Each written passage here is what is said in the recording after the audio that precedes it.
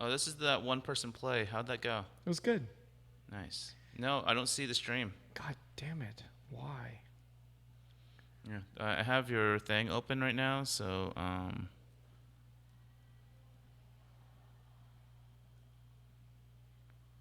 Why won't it stream? I have no idea.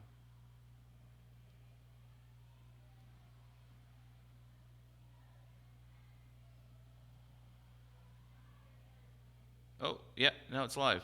Is it? I think so. Oh, here we are. Well, fuck. That's all I got to say about that. Well, fuck. Yeah, here I am.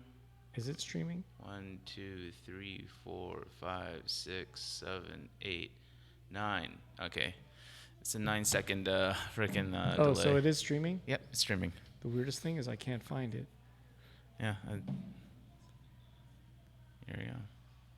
Awesome. Yeah. Well, sorry about that little weird delay action. I still can't figure it out, but I'm gonna try and pander to the camera, and yeah, know. make some cute faces because I'm cute faces is not my specialty, but Cute Faces by Luke Chu.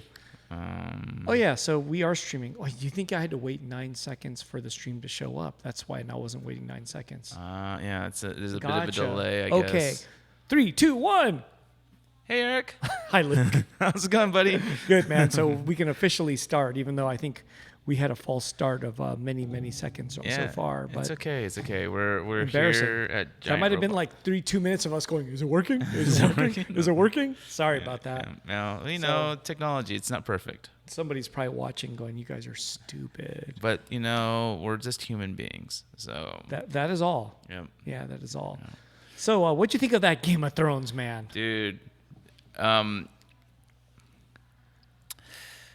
you know, I've been thinking pretty hard. I don't know if I could say I've been thinking hard, but I've definitely been thinking about, you know, this season of Game of Thrones, and I've read some of the haterade that shows up on Reddit, you know, and Which subreddit are you looking at? I can't remember the name of them. It's not Free Folk? Yeah, Free Folk. Yeah, You are looking at Free Folk. Yeah, Our Free Folk. Okay. yeah. I've been. Gotcha. I peek at it once in a while. Gotcha. You know, and That's the one with the most spoilers and stuff. yeah, oh, it definitely is. Yeah. It definitely is. And it's I think the sentiment that I have about this season is it doesn't feel like the 7 previous seasons. Is it because it's off the books? Like it's the book? It's gone steering clear away from the books. It's no longer the writing and. That might be it. Maybe Yeah. it's just my own whatchamacallit, prejudice. It's a different pacing too. Oh, the pacing is totally different. Knowing that how much time is left and what they got to squeeze into it, and Like they could have taken like the build up to the frickin' Battle of Winterfell as one whole season. yeah, And then they could have taken the Battle of King's Landing as its own season. do you think there should have been 12 episodes and then there would have been 12 regular, like whatever, 50-minute instead of like 6 90-minute ones? You know what I'm saying? I'd rather have 10 90-minute episodes. Okay. you want it all. Okay, Yes, I exactly, gotcha. exactly. I gotcha. Okay. You know, and I kind of feel like they're rushing to end it, and I don't know why. I mean, like John Oliver made a 'Cause joke about it's never moved this fast, is why. right, and John Yeah. Oliver made a joke on This Week Tonight about like, you know, HBO is fucked. You know, after this, like, you know, subscriptions are just going to cancel left and right. You know, Well, maybe the subscriptions went up at the same time, but yeah, yeah, you dude, know, how can you? but. Yeah, how can you match this? But this episode was pretty epic. I Yeah. thought it was much more interesting in my eyes than Episode 3? episode 3. Just because Oh, dude, episode 3 was so good. episode 3 was what do you great mean? because it felt episode 3 was a man versus nature kind of story, but like you know, people were constantly like, you know, like I remember around that time I was watching all these videos on YouTube and they were all like, well, what was the intent of the fucking, you know, Night King and blah blah blah. And I'm just like, Come on. it's just fucking It's okay. It's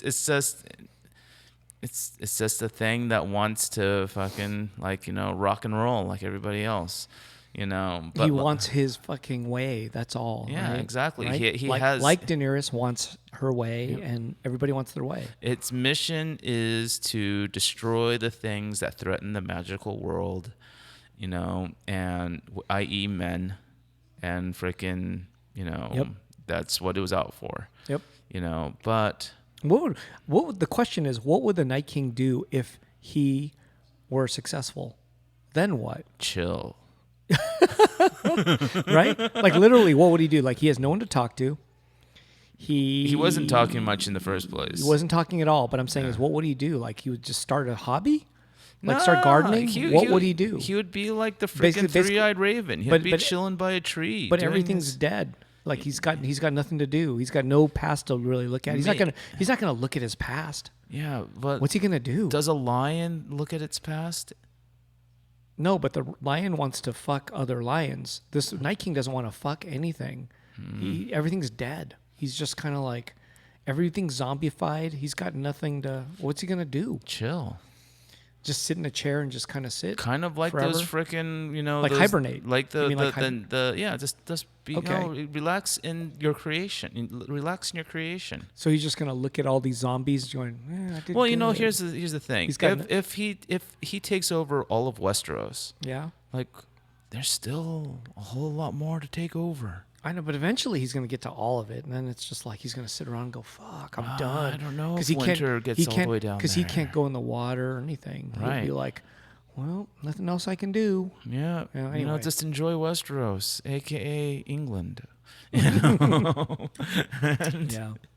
you know, but like this episode was good. Yeah. I you know, I there was a couple questions that the internet has tried to answer, you know, in various forms, like what was all with all the dragonfire explosions all over. Fucking, Oh, the green explosions. Yeah, The dragon fire. What's that called? dragonfire. The green stuff. Yeah, They call that dragon fire. yeah. I didn't know that. Yeah, or something like that. I forgot. Maybe I'm wrong. Oh. You got, you know, freaking. It was like green. It was like green slime exploding. But yeah. exploding, and apparently what it was, according to some of the super fans out there, is that, you know, the Mad King, he had the intention of burning down, you know, Westeros himself with this fire, you know, and because he was mad, you know, and not all of it, I guess, was, you know, found or taken out or whatever. So that's just like a landmine in Cambodia or whatever it is. You know, Right. they have a shitload that are still just chilling in rice fields. Yep.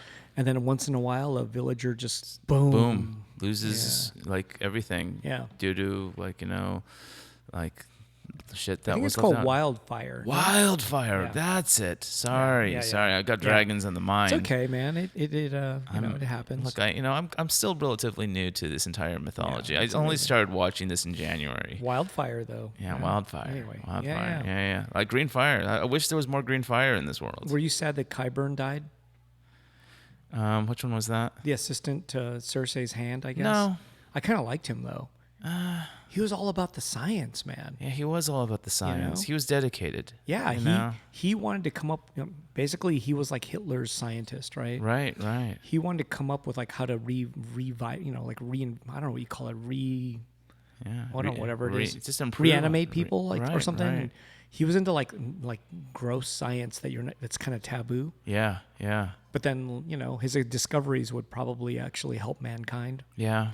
Yeah, you know, That's I mean, kind of like Hitler's he doctors. Did, I hate he to say kind of those went guys out are. pretty lame, you know. Yeah, I know. That's what I'm saying. He died kind of lame, but Yeah. yeah, that's like, you know, he was experimenting on humans and shit, which is totally taboo. But that's science. I hate to say. You know, the thing, one of It's the gnarly. there was you can't do that, but he does it. So there in was some fiction parts land. though that kind of like I was like, what? Like, you know, freaking when the Hound put the knife in the Mountain's eye, you know that knife went all the way down to the back of the fucking bottom of the head where the cerebrum but is. that shit is.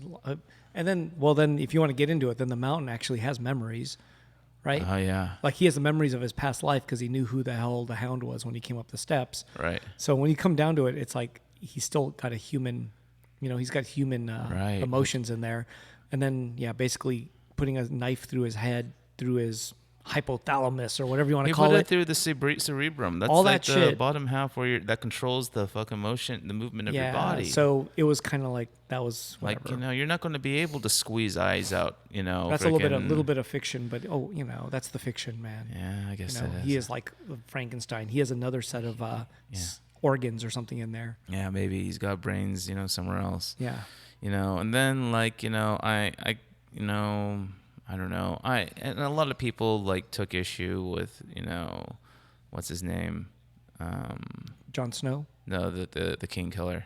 Oh, Jaime Lannister. Jaime Lannister, like, like fucking returning back to, what's her name? To Cersei. Oh, he basically like hit it and quit it. Yeah. To and then ran out of town. Yeah. And went to I think we all like a lot of us wanted to believe that he would kill her. I wanted to believe that he would kill her. Right. We want you spend like freaking 4 seasons of watching him kind of turning over a new leaf. But maybe in the end, maybe he did that on purpose. There was a little bit of light they could have squeezed out, man. Maybe there was enough light was coming in from the part that was all the rock. Was it? I didn't really notice it just looked like there was impossible. Light. There was light coming in, so that means they could have shimmied out. But no, instead he was like, "Nope, you're gonna die with me here." Well, I'm not. No, I'm just saying. I don't think they would have got out. But they wouldn't have gone. No, they just had death. So and then they just caved in and underneath the castle. I don't know. Yeah. The Red Keep, I guess, is what it's called. The Red Keep. Yeah. And that I don't know. That Anyway, was to be expected. They died. On Saturday I had theories that both Varys and Tyrion were going to die. Got 50%. Got half of it right. Now my new theory is that Tyrion's definitely going to die. And Daenerys is going to die. Oh yeah, well. Actually, it would be kind of interesting if she didn't. Yeah, would be interesting. So I kind of don't want her to die. You kind of want her to die? No, I don't want her to die.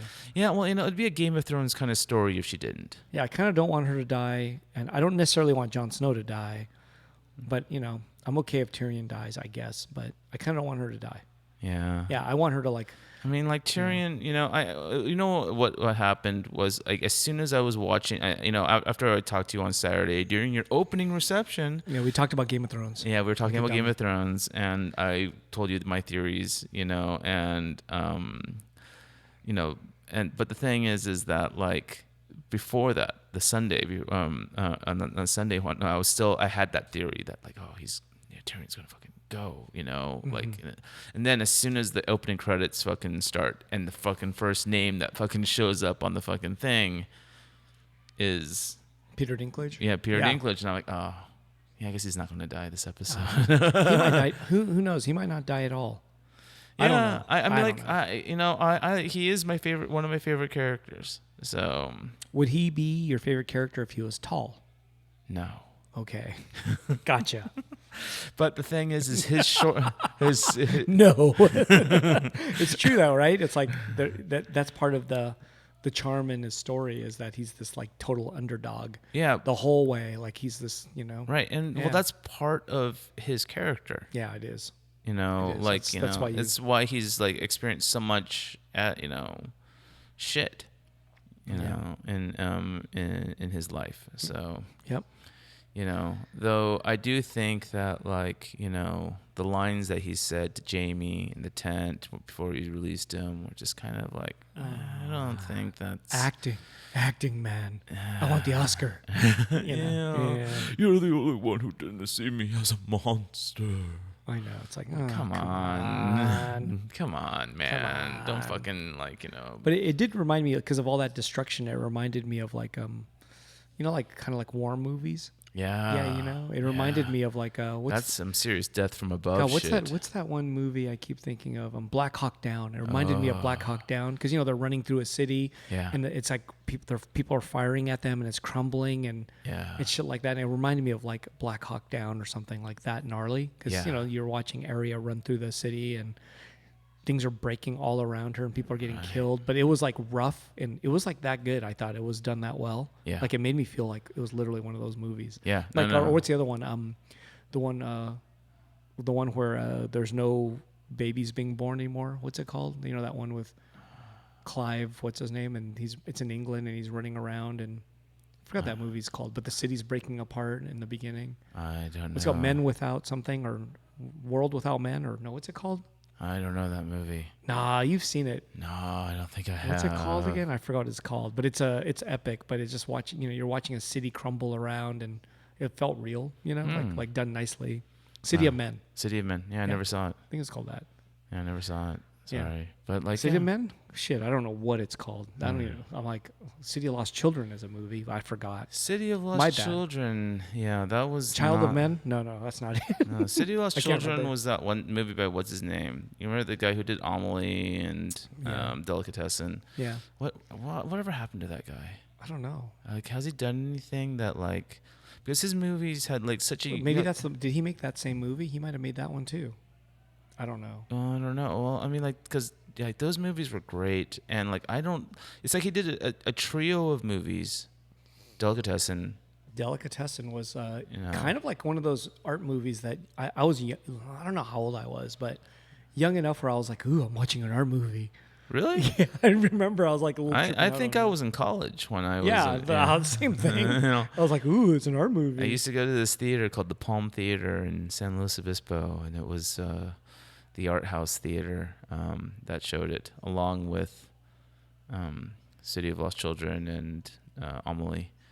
But, Yeah, it was 1991. 1991. Yep, Yeah. I was fresh in college. Yeah.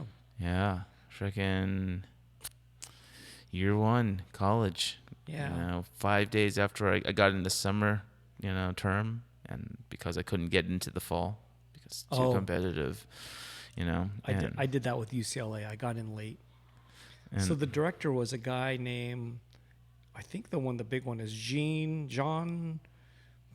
I can't even say his last name. Junet or Junet, or John something? Junet. Yeah. Did they has he done anything even recently? You're on IMDb, right? Yeah, I'm trying to, and he's He's probably just doing productions now. Okay. he did a short film. He did a TV show called Casanova.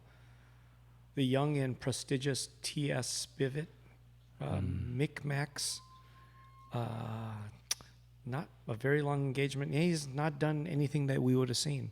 Yeah, what that's happened? too bad. What happened, bro? Yeah, Anyway, man. Amelie was so good. Yeah. I had such a crush on that freaking actress. Who didn't? Oh my Yeah. gosh. And I think as much as you had a crush on her, I think a lot of females wanted to be her. Oh my gosh. I wish more women wanted to be her. You know what I mean? Like when that came out, I think I remember seeing more people with that Amelie haircut. Oh my god, I love that Amelie. And people haircut. wanted to be as quirky as her because she was kind of interesting and cool and Yeah. hot and all those things that someone would Oh like my as god. I fucking love that right?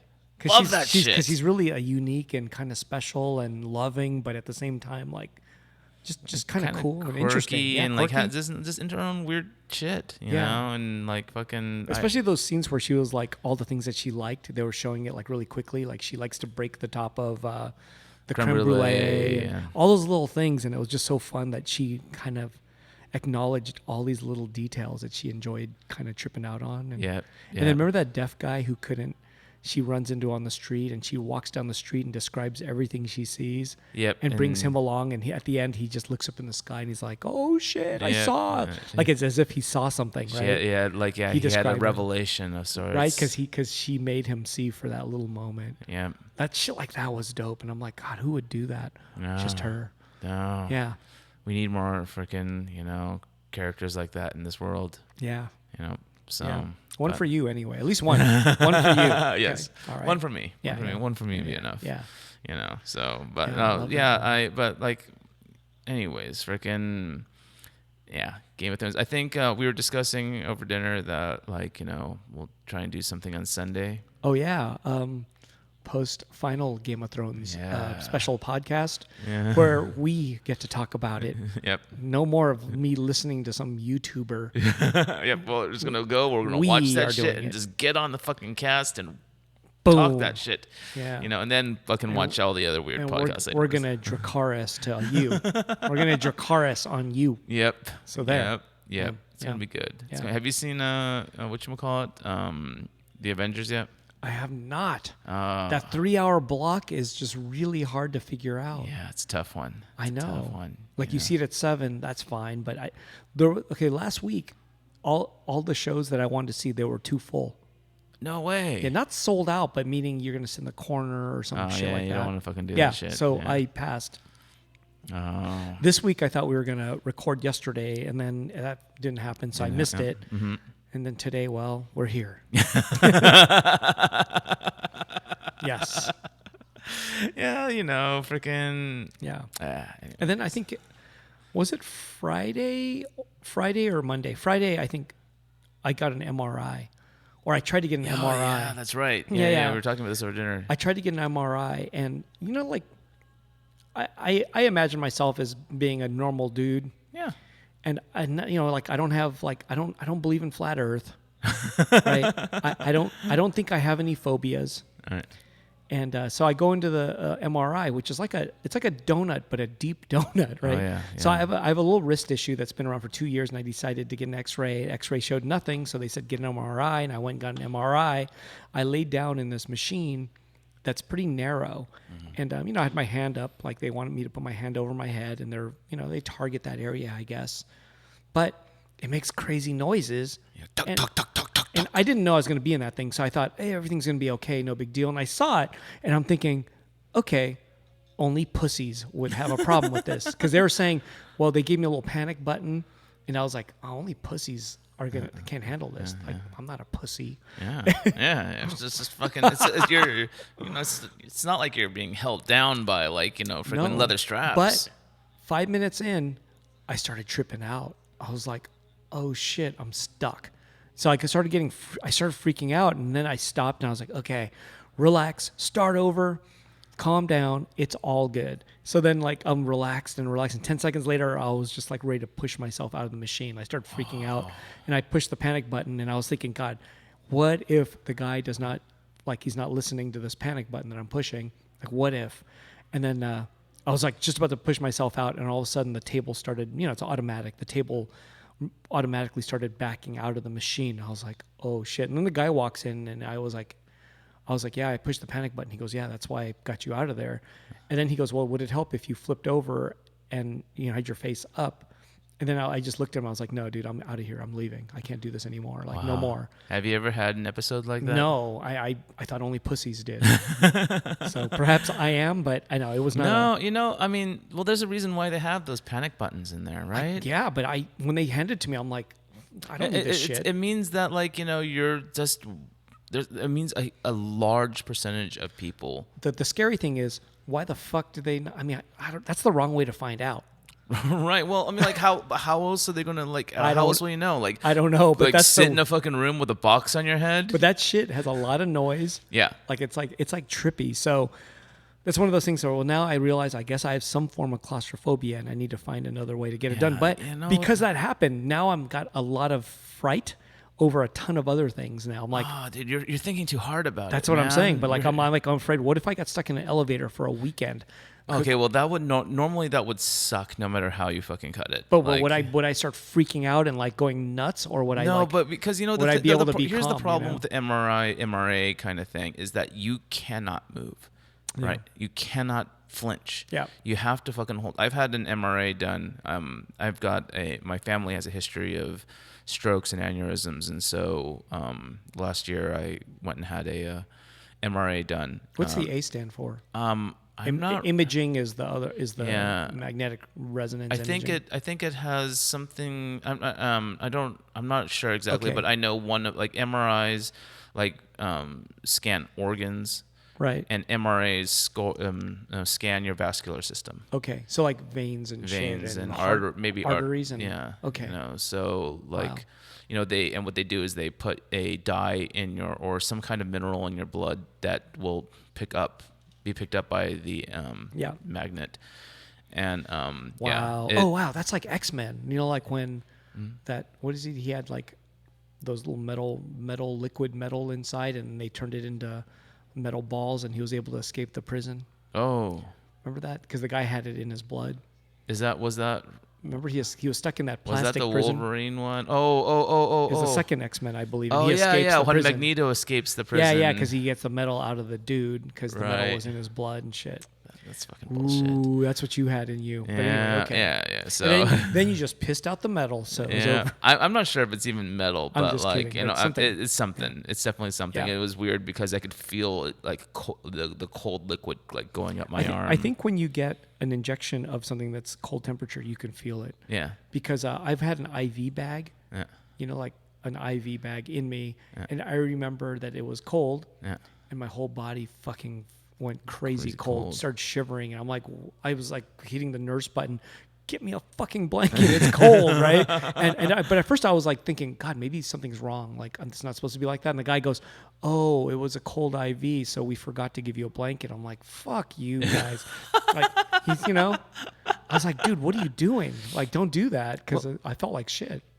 But yeah, they you can't move, right? You can't move in those things. Oh yeah, no. And you I know, started freaking out. yeah, dude. and that just that little bit like you can't like just like move your arms or anything like that. Like you're so restricted, and you're not physically restricted, but you in order to get like a good read off of the machine, they leave you with these instructions like do not move. Yeah. Did they put your head in a brace too, or No, they I had put- to face a certain direction. I just couldn't move. Oh yeah, for me they put my entire head in a like weird like. Oh, dude. brace thing. See, man, Yeah. that was like torture for me. I can't do it. I'm not going. So, anyways, I'm not going back to do that. I Yeah. got to find another way. You know what? I think it's weird that like you had this, it's a problem in your fucking hand. Yeah, it's like a wrist problem in one spot, and my whole body had to go into a machine. Yeah. I'm like, bro, can I just put my arm in the machine? Yeah, And like, no, what- I can't. So, anyways, I learned that I am claustrophobic, I guess, in some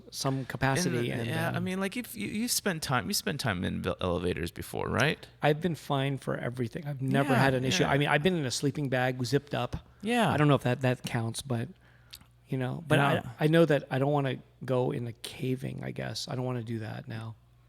Like I don't want to go in some narrow ass cave that I can barely squeeze through. I don't want to ever be stuck in a tube. I learned. I guess firemen have to do that, or firefighters. Right. One of the tests is they have to crawl through a tube, and they have to go like a long way through a tube. And I was like, I do not want to do that. Wow. Like I'll trip out. No, I can't do it. And that's like a nightmare right now for me. Like I didn't Wow. have this problem. I thought I could crawl through a tube because I saw it on video once. That's one of the tests. Right. They got to crawl through a body-sized tube, and they got to crawl all the way through it as one of the tests. Right. And that alone makes me go, nope, I'm not ever. So I it's can't just do it. it's like you just. I have. I'm tempted to I think have. that you're overthinking these. I have things a what little bit. I have what I think is like the giant nightmare for me is that I don't want to get anywhere near it anymore. I'm scared now. So yeah.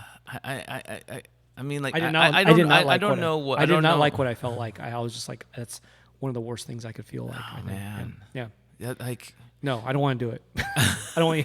I'm not trying to fucking tell you to do Okay. anything, but I just think it's really interesting that like It's you making know, me that actually not feel so good right now. Yeah, so yeah. I'm kind of like, tripping. I'm like, it doesn't know. you're tripping yourself out A little bit. Yeah. It yeah. feels awful. And it took me 3 hours to get back to normal after that. 3 hours. Yeah. I had to go for a walk, and I went for a long walk. I actually ate food, and for another hour, I was still like not feeling good, and then it went away. Okay. But it took about 3 hours to go back to normal. Wow, freaking yeah. 5 minutes just turned into fucking 3 Oh, hours. dude, I was thinking, man, I might get in a car accident on the way home. When I was driving, I was like, God, this is uncomfortable driving. Right. Like I was tripping out, like on like driving. elevated heart rate, blood pressure going through the roof. Yeah, and also me just thinking crazy, like, I could just crash my car right now and I'll feel better. I was thinking shit like that, and I was like, oh man. Wow. Yeah, 'cause anxiety is a bitch. I Like, didn't. It's I literally- I don't think I ever like. That's not. I don't have that. Like to that level, no. No, but that I mean, what else can you say explains the feeling that you had? I don't know, but It's- anxiety probably. Yeah, I mean, like it's not like a reoccurring out of nowhere anxiety. It's an anxiety that's obviously the inspired by a certain stimulus, that like that brought all this onto you. But like, like I don't know. I from my experience, especially like back, when I was using freaking like anxiety was the thing that like, just make me feel like I'm dying. You know, because it manipulates your blood pressure. It manipulates, your perception of the world, at that moment. Oh yeah. And you're just like, people who are suffering through anxiety, I feel for them. If that's anxiety, what I had, and that's like, let's say that's low level. Right. Oh my God, it just must be awful if it continues all the time for people. Right, and just comes out of nowhere. Like you're just walking down the street and suddenly fucking shit fucking happened. Your mind just flips, know. Yep. That's horrible, man. I don't know. So, I have a new respect for anxiety. Let's put it that way. It made me kind of like think about what does mind over matter mean, and I failed whatever that means, because I thought going into that, I looked at that machine and go, that's no big deal. I can do this. And it didn't occur to me that I would have a problem. I don't think I would call it a failure. I think I would call it like, that's an example of mind over matter, because it's not like you looked at the machine and thought to yourself, oh, that's going to freak me out. No, I thought, this was a piece of cake. I was like, this Right. is going to be nothing. But then like, your okay. mind decided, like, nah.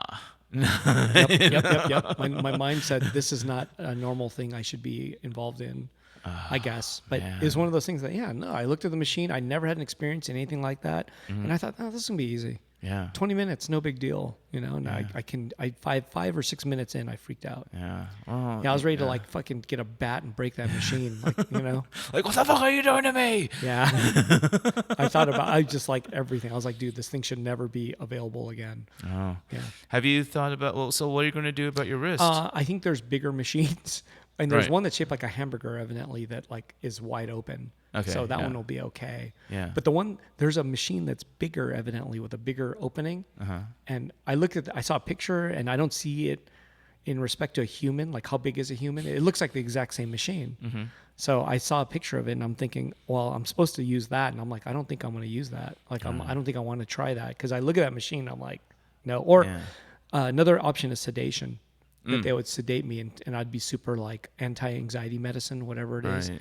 I forgot what it's called, Lotrine or low something. They'd give you that, and I'd be like all fucked up, and I'd go in the machine and then not care. Were you able to talk to like an RN, like when you got out of the machine? I talked to my doctor afterwards. Yeah, my primary care dude, and he told me that those are the options they can give me that, or I can find another machine that's bigger or open. Right. But he was like, oh, it sucks though. Like, he didn't know. No one knew that. Yeah. Anyway. I mean, you didn't know. I mean, like, Fuck no. Why would anyone like? How can anyone like? I don't know, tell? man. But now I'm kind of like, they need to do a test or something before anyone goes in that machine, man. Yeah. Because Anyway. that's like, because they're still going to charge you. Yeah, I was wondering about that. Like, how much am I on the hook for that? Yeah. I have insurance, but I'm saying is. Yeah, but you still have to put down for a deductible. Yeah, and I guess, and then I want to, so part of me was like the adventurous part. I was thinking, man, I want to go back and try it again. Like, I'm like, part of me it's kind of competitive, and I'm like, nah, man, I failed, but that's not right.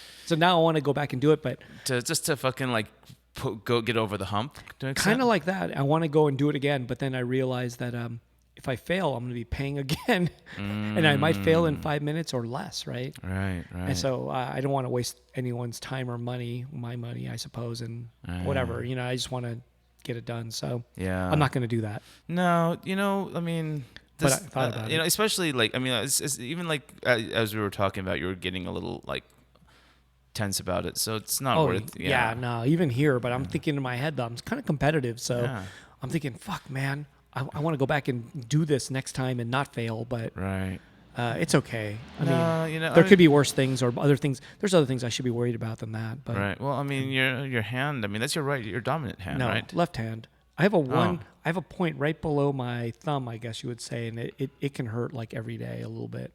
If I do something, like if I pull them on my seatbelt with my left hand over my shoulder, the seatbelt. Yeah. Oh, it hurts. So I now have to use my right hand. I no longer use my left hand for that. Shit like that. It's always kind of weird. Like, you don't think about these things. Like I don't know where it came from, but it's been 2 years of it, and it's getting worse. So. Oh yeah. Well, I hope you get it checked out. I will. So I'm just make sure you give us updates. Oh yeah, whatever. No, it's I interesting. don't want to. I'll do the MRI thing soon and figure it out. Yeah. Another thing that we were kind of talking about, like considering our age group. Oh no. Okay, man. I mean, neither of us have gone through it yet. It is called a colonoscopy. Oh Jesus. Yeah, you were saying that like this is something you're completely and totally, absolutely dreading. Well, because I do know that you're supposed to be, you get it at 50, so I'm not 50, you're not 50. Right. But I found out that they pushed the age up to 45 in the last year. What so the like, fuck? So now all of you people who are listening who are 45 men, you're supposed to get a colonoscopy. Okay. So go get it, because I'm not. No, I will eventually, but I guess I heard from my doctor that the technology and I guess technique and all that shit of a colonoscopy is improved a lot in the last 5 years. Right. And it can be not so bad nowadays. Well- But just imagine, like, we're on Facebook. Have you seen anyone ever post about a colonoscopy? I will. Yeah, there's a lot of people out there who probably had them. Nobody has posted. I've not seen once. Some- I got my colonoscopy, and here's what it was like. I've seen people like talk about like procedures that they had. I've seen procedures, but have you seen colonoscopy? I've never seen that one. I've never really paid that much attention to what they were. I just look online. I've never seen colonoscopy. I So- can see, hey, I got my wrist worked on, and I got this done. I got my teeth done, but I've never seen colonoscopy. Is it because it's a man's asshole, like our assholes? It's No, not. It's I both don't men know. and women. Women do it too. We both have colons. I know, but do women do colonoscopies? I thought well, that was just a men only. They or do. something. They do another kind of procedure. I'm not sure if it's called a colonoscopy or Okay. not, but like. But I guess they can put you under now, and I guess that's something that. And I was kind of like asking the doctor. I was like, "So what happens?" He goes, "Oh, they put you under." And I was like I didn't ask for that, but he said that first. He goes, "I think they put you under, and then you get it done." So I thought you stayed awake, and it was this gnarly the thing that you're just like. I remember the doctor's putting his wrist into your asshole or something. No, it's not. You know what? Like, I don't know anything about They it. have cameras that are basically the size of fucking veins now. That they use. I don't know, But but I just heard it's discomfort, a lot of discomfort. The big like I remember like watching like my mom and my dad Get a colonoscopy? getting like preparing for a colonoscopy. Oh. And what they would do is they would prescribe this like 5-gallon milk jug kind of thing, and there'd be a powder at the bottom of it, and you could choose the flavor of the powder. Like what kind? Like cherry or Ooh, frickin' cherry. there's no sugar in it. What about bubble gum?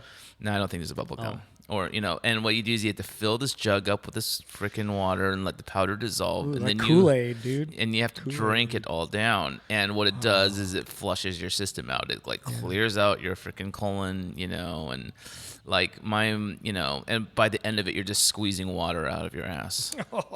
That alone sounds bad. Yeah, and you'll take a couple steps out of the restroom and then fucking rush right back in again.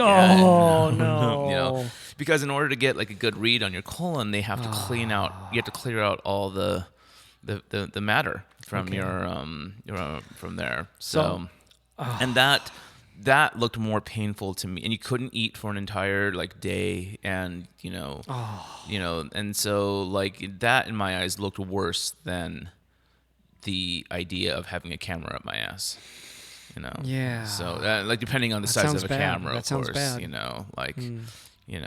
but like. But yeah. so that my doctor though did say something nice. He said that I know you're gonna hate it, and everyone hates it. No one says it's good. Like that's the thing. But he said that your loved ones will care and will be thankful that you got it done. And they said that for that reason you should do it because your loved ones will appreciate it more than you. You'll Right. And I was like, oh, that's dope. Well, So in that way, he said, they would want you to have this. Well, think about it. You I don't mean, want like one of I lost my father a couple years ago to cancer, and Right. in the last like week of his life, it was just the hard part. One of the hard things it was just, aside from his inability to he was having a hard time breathing, was he didn't. I would watch him for the 10 days he was in the hospital, and he just didn't eat for 10 days. Yeah, man. Oh, and did he have an IV, some kind of food thing? I don't know. I don't even really know the Yeah. details of what they were putting inside him, but when you watch a person just kind of withering away like that, so anything that affects your digestive tract, is just not something, it's just one of those things he's got to like kind of try and take care of, Yeah. you know. Yeah, for sure. So, Yeah. but man, we're at that age now, Eric. But you're at that age too, actually. Yeah, So that's why I said we're. You should do it first. No, I get my annuals every November. Oh, you could just. You know, Why don't you just get ahead of the game? And say, hey, dude, guess what?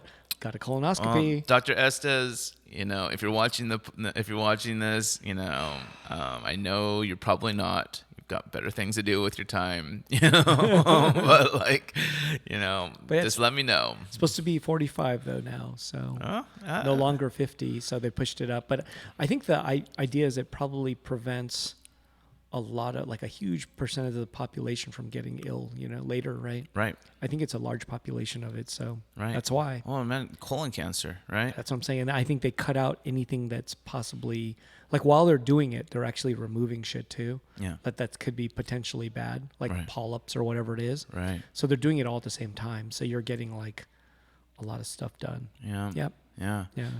I actually do have weird concerns about my digestive tract and stuff. So weird I don't know. It's nothing I really want to bring up on the podcast.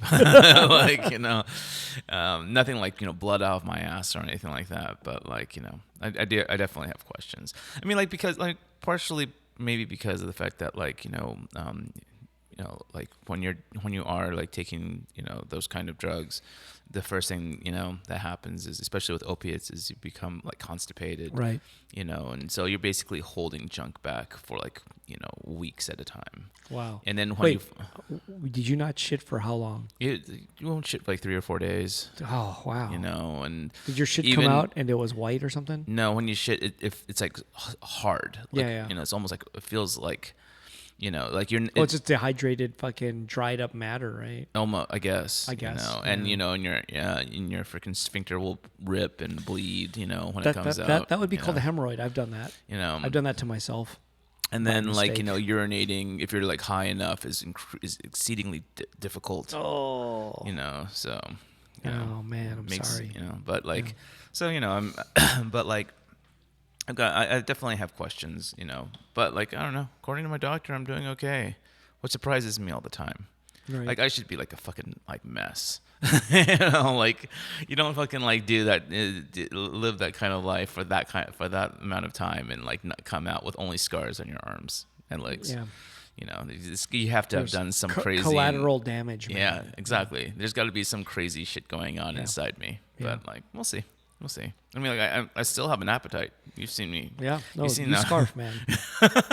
You put it down. Yeah, I can. Yeah. And you still have taste buds. I don't know if those ever get wiped out from doing bad things. But.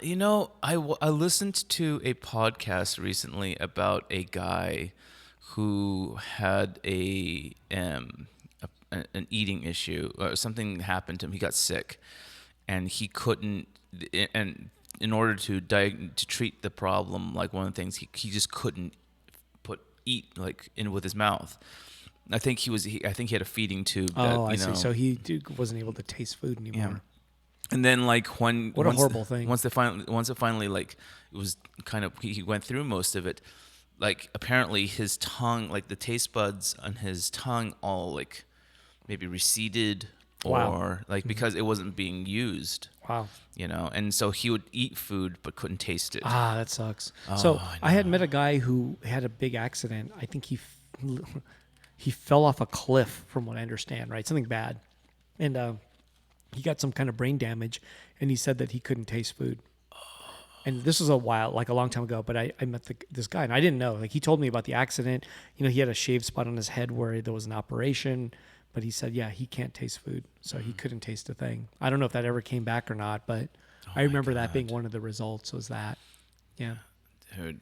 So that sucks. That would so suck. So then what would, if you had no taste buds, would you buy, I mean, you would still eat, but would it be a waste?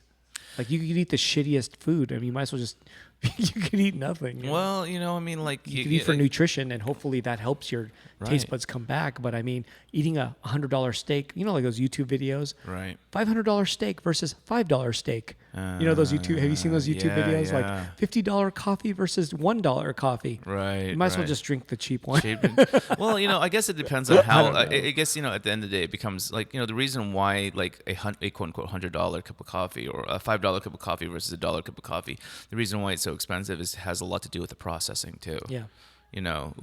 So you will let's say like some of the most expensive coffees out there, like the ones that we're drinking today from Balcony Coffee. Balcony coffee. Balcony. Is it Balcony or Balcon? I don't Balcony. know. I don't know. Anyways. Yeah. But like, they're all like single origin, Oh yeah, and roasted by in small batches and stuff. Yeah. And done with a lot of care. Yep.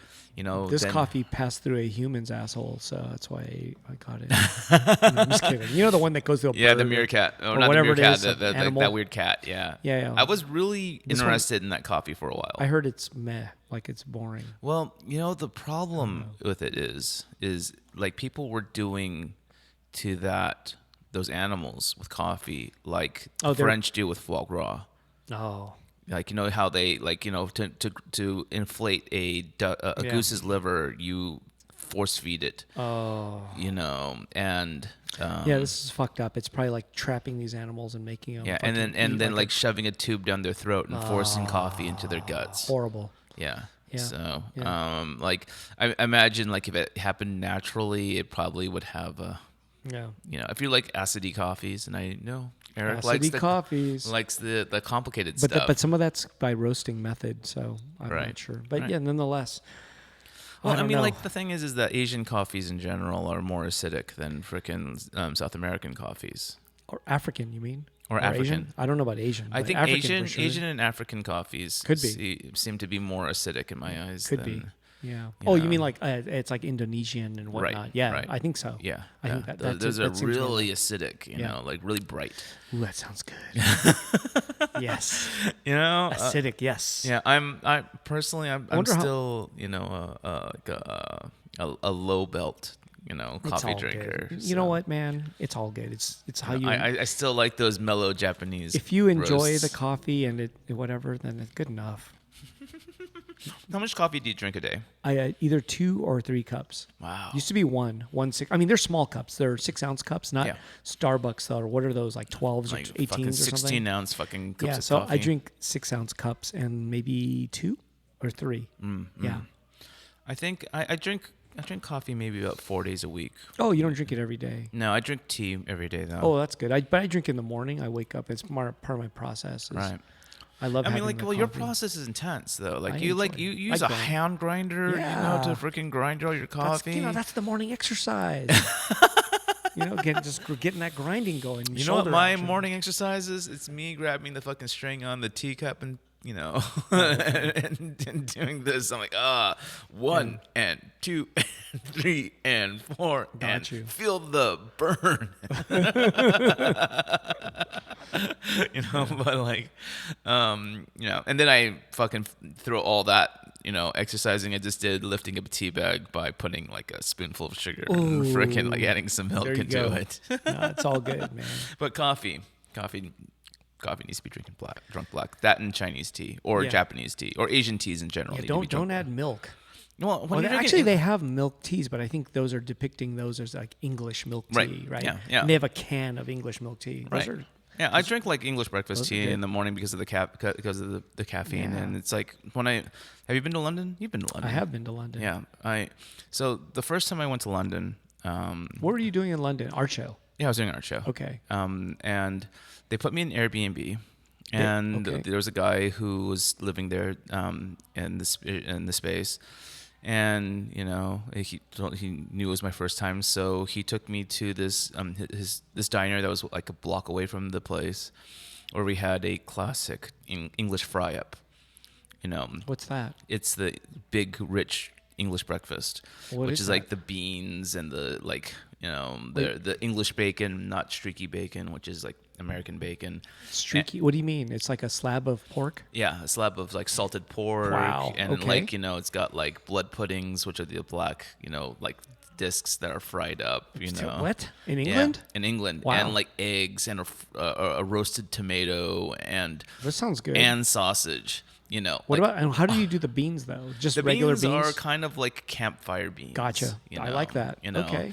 and Hey. everything is fucking amazing. Awesome. And, England knows how to do breakfast. dude, then. it's That like a sounds fucking good. protein-rich breakfast there. Awesome. Like, where's the pancakes? No pancakes. I No love that. carbohydrates. Good job, England. I didn't know England was known for breakfast. Or Yeah, the fry up. It's they call it fucking- the fry up. Yeah, it's Awesome. fucking amazing. Has It's like the anyone best at home, breakfast. anyone in, listening even have that before? I've never heard of this. Oh my god, it's like that's. I thought England only does fish and chips and shit. And when I you was know- there, I did not try this breakfast. It sounds Oh, good. dude. It's super good. I had the And- world's worst ramen in England. Oh yeah, I had some. Wagamama. It was called this chain, Ah. Japanese chain of restaurants, and it's not very good. Dude, fucking, I had like probably the worst sushi I've ever had. I In probably England? had, yeah, in England. I Wow, had are- some of the worst Chinese dumplings I've ever had.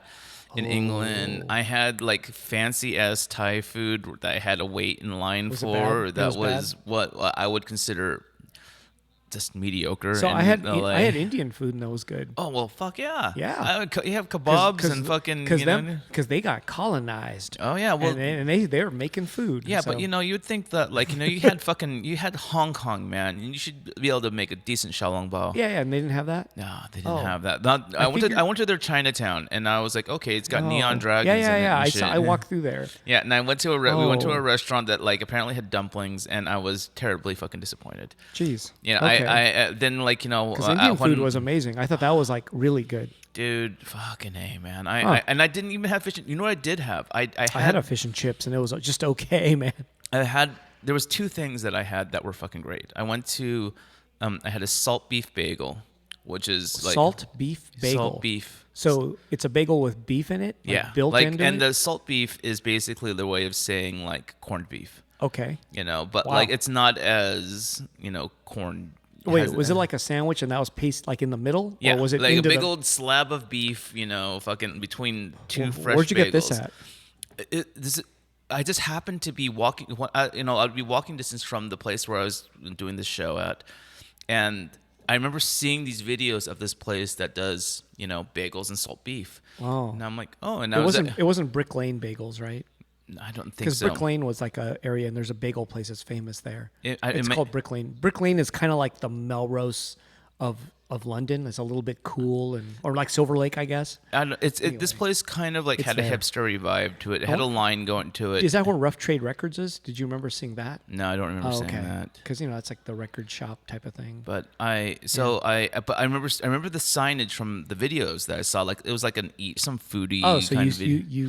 you got lucky, or you Yeah, I found the got spot. lucky and You I found the something. spot and I fucking like got in line. And I fucking had one. It was great. And then there's another one that's just kind of by the river, and it's this like kind of like outdoors kind of place that does a lot of like food, and they have like paella and like all kinds of really artisanal food. Yeah. And they have this crazy like cheese like shop where you know you could see they have like the drainage, you know, is all over the fucking like you could see like you know like where they're like for like I guess washing cheeses or Wow. something like that, you know, and they had like beautiful cheeses there and had beautiful pies there, and I was just like this.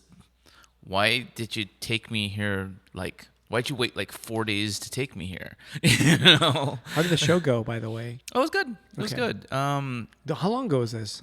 Geez, this was. It's been years, right? Yeah, it's almost been like about 9 years, 9 years. Yeah. You know, I would love to go back out to the UK. Sure. I again. just know that it's expensive to our dollar, you know? Yeah. I don't know how bad it is now, but it was really bad for a while. Yeah. I think it's probably weaker now, but it's, No. I don't know, man. Well, I have yet to go to Italy. I've yet to go to France. I've been yet to go France.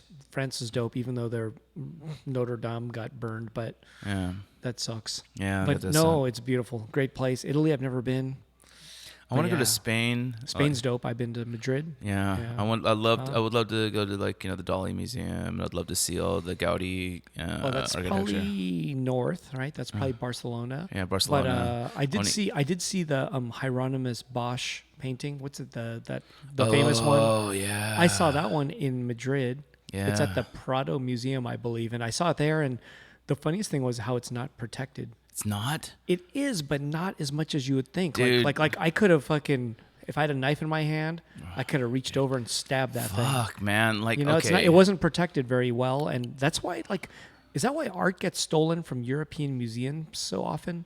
Because I think there's more trust in like people who are going to respect art versus here, where it's like everything's locked down. Like, nope. Have you heard of a Well, stolen? Americans are just fucking, you Yeah, know, we're idiots, right? you know, we're fucking dumb and we're Yeah. fucking like entitled. Yeah. You know, like I've been to the fucking like say the Miyazaki Museum, the Ghibli Museum Yep. in freaking Tokyo. Sure. Like they have like these rooms that you could walk through that are kind of like, I don't know whether or not like they are like created to look like, you know, the actual Yeah, reproductions of the reproduction office or and whatever. stuff like that. Yeah. And they have like trash in like in the trash bins and stuff like that. And they have pencils laying out and like big like, you know, like storyboards, like, you know, half drawn, like Mm-hmm. just right there.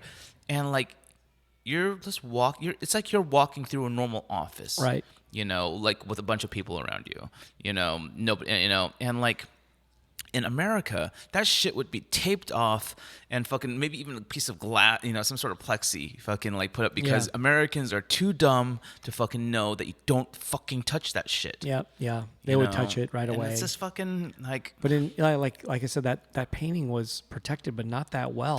Like, you know what I'm saying? And it was Right. like, but it's like everyone respects it, I believe, or many do anyway. And I saw it in person. I'm like, oh shit, this is that painting, the one that yeah. it's- No, it's the one with It's it's, the most- like the heaven and hell one. It's got it's like it's got everything in it. It's got the Yeah. it opens up, right? Like it should be like a triptych to an Yeah, extent, yeah. and it's got like depictions of hell, and it's got pictures of Yeah. Yeah. Is it like Earthly Delights or something? Earthly, yeah, something? yeah, The Earthly Delights. Yeah. Freaking, I love Hieronymus Bosch. He Yeah, is one of my yeah. favorite fucking artists, Yeah, and I saw of that you know, time. that's like the famous painting, and I was like, oh shit. Like, so I think fucking like that's something you the can go Mona see. Lisa is one of the most overrated fucking paintings. I never in the seen fucking that. world. Where is that? It's in the Louvre. Okay. You know, Yeah. and but like yeah, like bother. Hieronymus Bosch, man, like that guy gets my fucking like two thumbs Part up. of that is insane technique for that. I mean, that's 500-year-old painting. Mm-hmm. Insane technique. It's not filled with like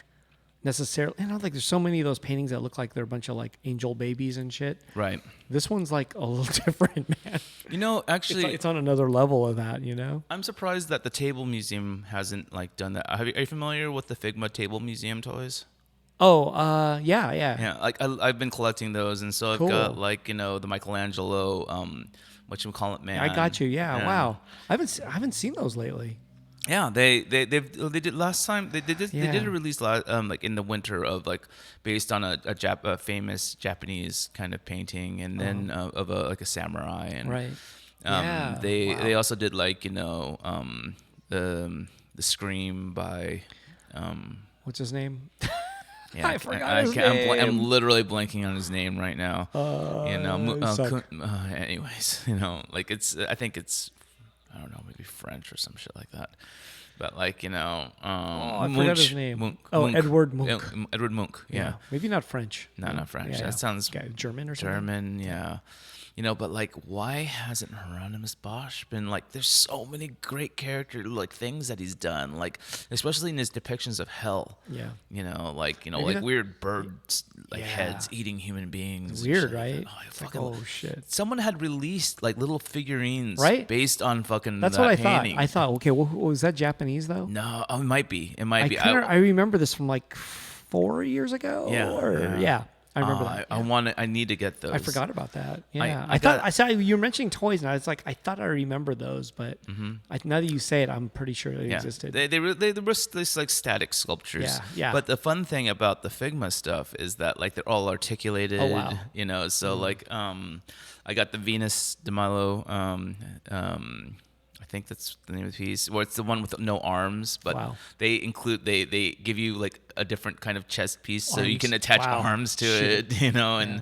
I got the Thinker by Yeah. God, oh my God, why am I blanking I out don't on know. names? I don't know who did that. The sculpture, Yeah. the one who's thinking like, Yeah.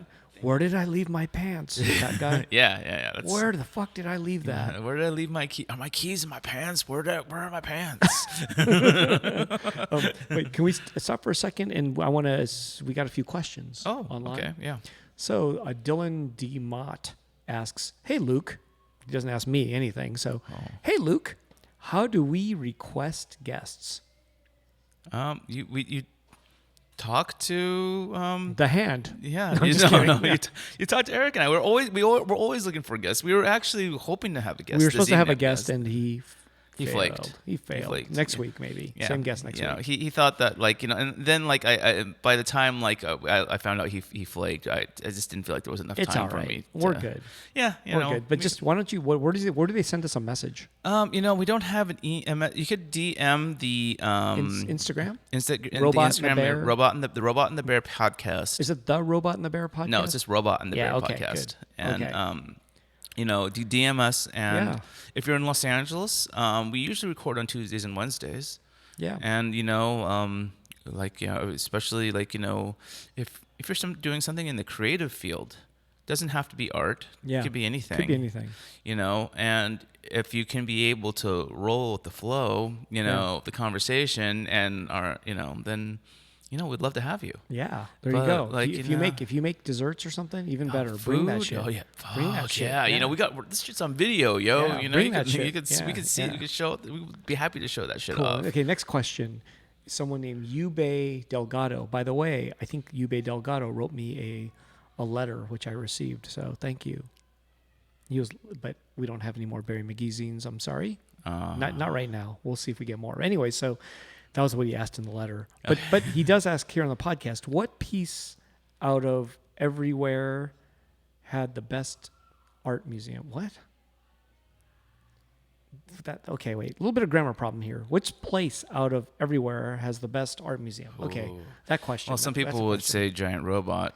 Oh, but we're talking about a museum. A little bit different, right? It's like a not for sale necessarily, Right. just displayed and Like out of who out has of the out of who's got a great everywhere. permanent collection? Out of everywhere. Oh, that's tough. I haven't been everywhere, so I don't know. It depends on what kind of art you're looking for, right?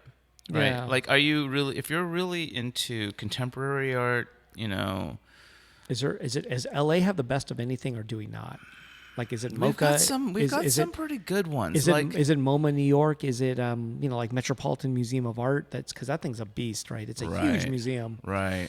I'm wondering if those are. Chicago has a classy fucking, the Academy of the Arts Okay. fucking museum. It was featured in Ferris Bueller's Day Off. Oh yeah. That's cool. Yeah, that's a great fucking museum, Yeah. and it's right across from, the park where like the Bean is and the sculpture. And they have great amazing public artworks, Cool. in Chicago. Like, I haven't been to the Guggenheim. I've been to the Guggenheim. Yeah. It's cool. Does But it just has a rotating fucking collection of yeah, and the features, right? Guggenheim isn't the best museum by any means, in my Right. opinion. I've been to the Whitney. That's not the best by Right. any means. Right.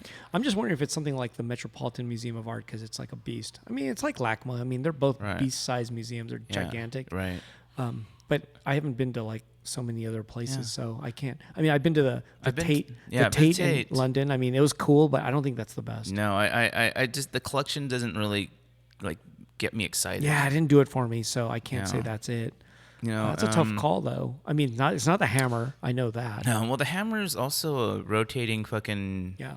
show schedule, right? I just don't think it was the Like, best. it's by any means, it's not the best. The Broad is probably the most Instagrammable, just because of Yeah. the fucking gigantic table or the fucking yayoi, But like in Infinity River. LA, is it just LACMA probably being the best? I mean, LACMA is it's probably the best, right? It's probably the best. Yeah. I like the LACMA Because it's not the Getty, right? It wouldn't be the Getty. Well, the Getty is more known for kind of painterly kind of shows, and it's also got a beautiful the grounds. grounds yeah. are beautiful, Yeah, and that I agree with. it's free to kind of go except for the $7 parking, and I don't know, I've been there for night events too, and where they have bands play and stuff, and that's always interesting. And, I think that I finally gave up all my museum memberships this year just because I just didn't have the time to Right. Yeah. go to all these museums that I wanted to compared to when I lived in Mid City, and and the one that I kind of wish I didn't gave up was the LACMA one. Because I like the LACMA. They have a nice restaurant in there. They've got the bars, that if you drink, and they have like the night events and all the kinds of Yeah. stuff. I mean, that's like almost like a city within the city. You know what I mean? It's Yeah. it's like a big institution. So. And they've got like they put on like some pretty unique special events. Yeah. Oh, yeah, like yeah. they had the Guillermo del Toro. Del Toro thing. Yeah. Yeah, I didn't see that one. And then before that they had what's his name? Freaking the guy who did Nightmare Before Christmas and like Batman and that what was director. his name? I'm sorry. I blank on that guy's name every time. Too. Yeah, Tim something. Yeah, Tim. Yeah, the internet. If anyone's watching, is probably screaming at me right now. Yeah. Fucking Nightmare Before Christmas guy. That guy. Tim Burton. Yeah, Yeah, my they bad. had a Tim Burton retrospective show, and yeah. so they Yeah.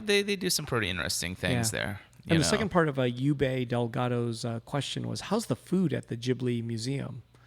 I mean, so they do have a cafe. I had a curry there. They have a cafe type of thing, and I didn't think anything special about it. Right. It's Yeah. not like compared Yeah. to like No. outside in Tokyo, like Just it's anything else might even be better than that, because that wasn't that good. right. But Yeah. though, I saw this interesting video, and apparently like a relative of Miyazaki owns a cafe that's outside. I'm not sure what city, and they do these special like puff Totoro pastries. Oh, wow. That you sounds good. And Yeah. like with special like fillings inside. They look Wow. really like beautiful and Cool. And they only make so many a day. Oh, get there early. Limited edition.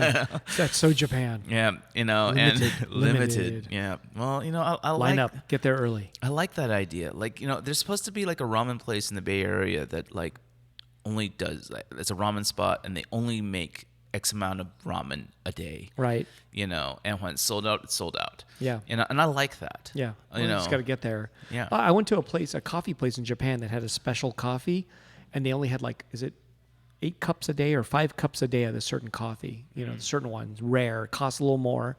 I went there and got it. Really? Tasted like coffee. I think it was $9. Well, do you watch the Worth It videos? I would love Yeah. to talk to those guys one of these days. Like they seem to have seen a lot of really interesting shit. Is it worth it or not type of thing? Or yeah, where they Yeah. look at things in 3 price categories. It's a BuzzFeed Yeah, video. yeah. And Man, that stuff is such clickbait, man. Like, how can you not click on that? right. It's like, Right. You have to check it out. Oh, look, man. Like, well, if you care about the world or you're curious about the world, you have to watch those. right, or if you're curious about like they do a thing where it's like a $1 cup of coffee versus a fucking $500 cup of coffee. That's what I was kind of referring to earlier. Same kind of thing, right? Right. It's like, but you've got to know. Like, I'm a curious human being, so I need to know what the $500 one is.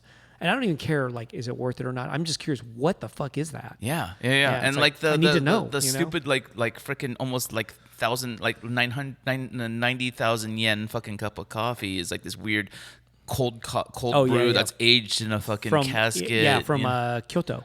I saw that one. Yeah, that was Yeah, pretty. That yeah. looked pretty amazing. Yeah. But just because it's like an aged brew, It's weird, right? Because it's and- old too. Yeah, it's it's like, old. Yeah, it's like what? Yeah, like is it fermenting or something like that? I Maybe. don't know. But like, actually, have you ever had Blue Mountain coffee? It's Jamaican. You mean like the little packages that you could put in the machine that says Blue Mountain Coffee on it? I've had that. No. Like apparently Blue Mountain coffee from I think Jamaica. I might have smoked Blue Mountain pot. Because there is such thing. I believe it. I yeah. believe it. But like like it's only it's basically like from my understanding, Japan like buys up 90% of the crop. Oh wow. And like because it's all just comes off of like one mountain. Yeah, the Blue Mountain. Is The it Blue is it Mountain. real? I've never looked at a map of Jamaica. Is there such thing? Because I've been hearing about this Blue Mountain. I for a saw long he time. was featured in an episode of I mean, what they grow pot and they grow coffee on that mountain. yeah, Evidently. it was featured by what's his name? The guy who fucking hung himself. Anthony Bourdain. Anthony Bourdain. We're slipping on the names here, but yeah, Anthony Bourdain. Anthony Bourdain. Yeah. He went to Blue Mountain. Oh, he did? And he found like the people who grew those beans, Right. and Wow. and like they like made him a beautiful home cooked meal. Awesome. But like Cool. because when you're Anthony Bourdain, that's what people do for you. Yeah. But like yeah, so he did and so he did a freaking the guy who hung himself. I'm such a dick. I know. I'm such a fucking dick. Oh, I know. If you're that guy seems like a really good guy too. yeah, You yeah. know, like he seemed like a good person. Okay. And I don't, I never met him. Remember all the conspiracies that came out, that came about like after his death? Had something to do with his ex-wife or new girlfriend or something, Yeah. or new girlfriend who was dating someone else, right? Well, Or something like that. No, I don't know. I don't That's know. that's what I thought I heard. I don't know anything about that, but Okay. like, the thing is that like he he's also like an ex-junkie. Yeah. Yeah. You know, and I, as an ex-junkie, would like, say this too. Like, if I were going to kill myself, I wouldn't be hanging myself. Yeah. I'd be using drugs to fucking like, get that job done. Right. And so, and apparently he said that to people too. Like, if I kill myself, I'll do it that way. I'm not gonna. We wonder if he's taking some kind of antidepressants or something. Because that's like kind of like what the guy from Linkin Park, Chester, did and hung himself, and like the guy from Soundgarden hung himself, and they're taking they were all taking antidepressants of some sort. Hanging yourself is probably one of the longest ways to kill yourself. I know. I wonder if it's the easiest to try to accomplish. Like that's like, okay, you could just do it by doing this, and it's like easy, versus like some other way, getting a gun and all that kind of bullshit. Maybe that's like, you have household shit that you can kill yourself with. You know how many people fucking kill themselves at shooting ranges? I have no idea. A lot, I think. That's scary. You just go to a fucking shooting range, you rent a gun. Yeah, I know. Fucking, but it's also really messy. I know. And actually, it's also like a kind of a really weird. That's a weird thing to leave behind to your family. Like, I went to a gun range and did it versus at home, and where you're like, I don't know. Well, and then hanging there's no yourself. Good way to do there's it. always like things like like you get a boner, you shit your pants, fucking your face is just beat fucking red, and your eyes are bulging out. Like this doesn't seem like a good idea. But like. Wait, you get a boner? Yeah. Oh, from choking yourself. Yeah. Oh, like the guy from INXS, the group. No, he was he was like doing the autoerotic asphyxiation. Yeah. So stuff. he probably died with a boner. Oh yeah. Well, I mean, I don't know. I mean, I can imagine like why it was. I like your response. I don't know. It's like maybe it's okay. I don't know. I don't know. I mean, like I was just thinking maybe about we it. Should like try that, or I should try that. Like it's. I don't think autoerotic would be my fucking like auto because it's by yourself. Right. Yeah. It would be like but like group erotic. But like group like asphyxiation. I've I'm also kidding. got like a kind of like a thicker neck. I don't think I've never met a woman that could actually like that probably would be able to effectively choke me out. Well, Brianna Tarth can do it. I had a friend of mine who apparently saw her at like a Korean spa here. Oh, awesome. And apparently she's not that tall. Nah, she's got to be over 6 foot. Nah. Wait, she's like 5'7" or something. Well, like you gotta think about like what these actors. Oh, they're all tiny. Yeah, they're all probably like 5 foot, like 4, 5'3". I don't know. It's weird. I imagine like the girl who plays Arya is forward like 11. She's probably tiny. And Khaleesi is tiny. Khaleesi, Yeah. Danny and Daenerys, is probably like 5'1". I think she looks pretty tiny. Yeah, and then Jon Snow. I think he's pretty tiny. Yeah, I think he's probably like a 5'6". Which means he's like a 5'6"er. Or probably a 5'5". You think? Yeah. He towers at 5'6". And then fucking what's So her name? Is like this. Tormund is 5'8". Tormund. Tormund. Which one was? Oh yeah. The redhead, the wildling. He's probably like 5'8", 5'7". Really? No way. But then, did you know like Brad Pitt is like 6 foot plus, like 6'2" or something? Really? He's like a tall guy. Yeah. Oh. Isn't that weird? Like certain ones that you think are short are actually tall. And yeah, I imagine Brad Pitt being like a 5'7", 5'6". Yeah, I heard he's like a 6'2", or he's like a tall dude. Good job, Brad Pitt. Yeah. He's not tiny. Nice. But then like like I don't know. I imagine like like it depends on like the body type, right? Like you see like a Topher Grace, and the guy who played. What about Danzig? Oh, well, he's like 5'2", right? But he's buff. Yeah, but that's the reason why everyone says he'd be play a great Wolverine. Maybe a long time ago. Because hey bub, maybe. I'm short. But you just think of that though, like if you're 5'2" and you have a giant muscle like on like a bicep. Yeah. How big is that bicep? Like a tennis ball? It's like that bicep is not like a watermelon. Right. It's like a tennis ball. So my arm with no muscle is bigger than his big muscle arm. I don't know. It depends. It depends on your structure, right? So like I have no muscle. So, Right. but this little tennis ball right here is the same as a little buff man's tennis ball. So. No. Could be. I don't know. I don't know. I mean, like Either way- I think, either way, yeah. he looks thick, No, he was. I mean, in those videos anyway, he looks ginormous. But right? he's- Like, so he might be. I don't think he's 5'2", but he might be maybe he had 5'4". orange, or freaking, or But- somewhere between a grapefruit and an I think he's orange. about 5'4", maybe legitimate 5'4", Right. maybe.